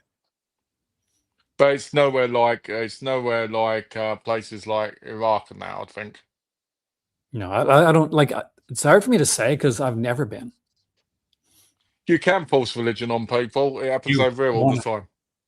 In the United States, you definitely can, and Canada too. And it happens over here now because I see it constantly. Yeah. So yeah, people think that, but that's not true. And people can try it, but doesn't always work that way. Because they'll say like, "Oh, I guess you can't have people that are like same-sex couples and stuff like that." Of course you can. They're here. I always think it's weird, I always think it's weird how we live in a world now where you'd think people would naturally have this openness and understanding, but yet we're still so far away, It's crazy. Sadly true. That's the thing. Like we've got a long ways to go as a society. We live in a society. We do. I can understand that. I don't go to church either. I have friends that are in the LGBT community that do go to church, and it all depends on like your church. I think some churches are really open, some churches are not at all. Yeah, true. I mean, from my experience with Donna, she used to go to a church. She was like extremely religious about going. And I was totally against it because I thought in America, it's mostly about getting money out of your pocket. And I still believe that. And one day she noticed that herself and she stopped going. You may not be forced to be religious, but other people are not as unable to be in that position where they can do the same thing. Or on the flip side of things, what would ever make you think that because it's in Morocco that you got to be religious? Because they ain't. But anyway, let's see what Alan says here. In the universe of monster legacies, are all Frankenstein monsters the same one monster, a different one, but look the same because different actors play Frankenstein's monster. Yeah, it's different actors, isn't it? Different actors, but it's by far and large, most of the time, Alan, it's supposed to be the same monster. Like, because even like Frankenstein versus the Wolfman, like he gets frozen and stuff like that, but he comes back, and there's always kind of an explanation for it.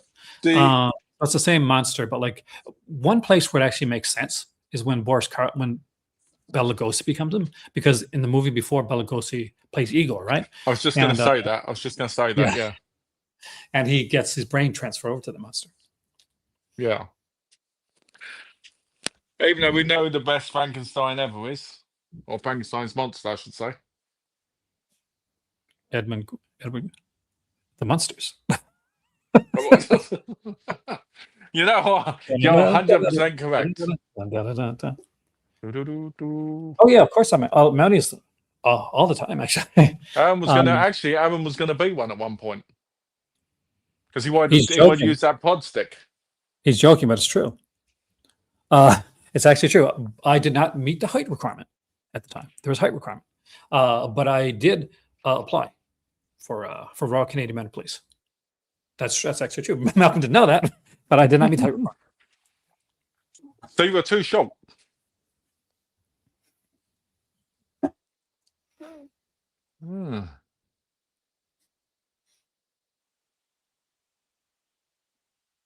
Let's get away from the political stuff. We're gonna just don't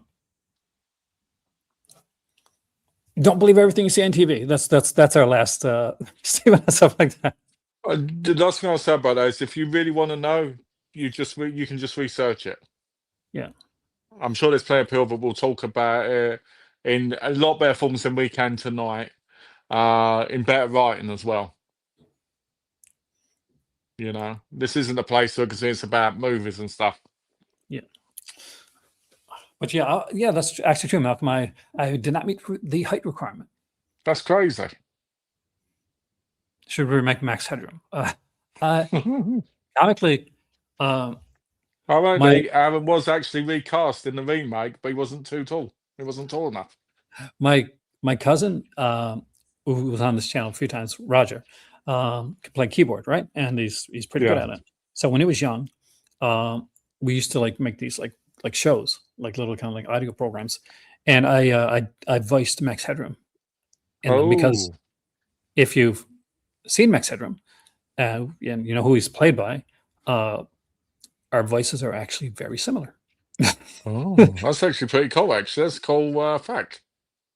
We did a whole bunch of them when we were younger, and I learned how to play the Murder She Wrote theme song on Roger's keyboard. Actually, you were that much of a nerd for Murder She Wrote, were you? Dun, dun, dun. Actually, it wasn't back then. I just loved the song a lot, but it was the first time. Good show. But I love it now. I've watched it 2 or 3 times through. I really Donna's mum would watch the same episode because she had, memory issues. She'd watch the same episode of Murder She Wrote, Perry Mason, and The Golden Girls every other night. Oh, that's nice, actually. So we'd hear it all the time. Donna would go mental from hearing the exact same tune over and over. But, it was funny. I remember Betsy Palmer was in an episode of Murder, She Wrote. And she played more of a kind of a what would you call now a MILF type of role. I had such a crush on Betsy Palmer. Was that before or after you saw him Friday the 13th? Would have been after. Definitely after. Oh, I say she like that psychotic look, huh? Considering my dating history, yes. See if they may not show any picture. I'll see if they got a picture. We'll put it up on screen. She looks like Betsy Palmer. She doesn't look different or anything like that. She was in a couple episodes. I should there's an early Betsy Palmer picture. Look. Oh, she was gorgeous. Oh, she was gorgeous.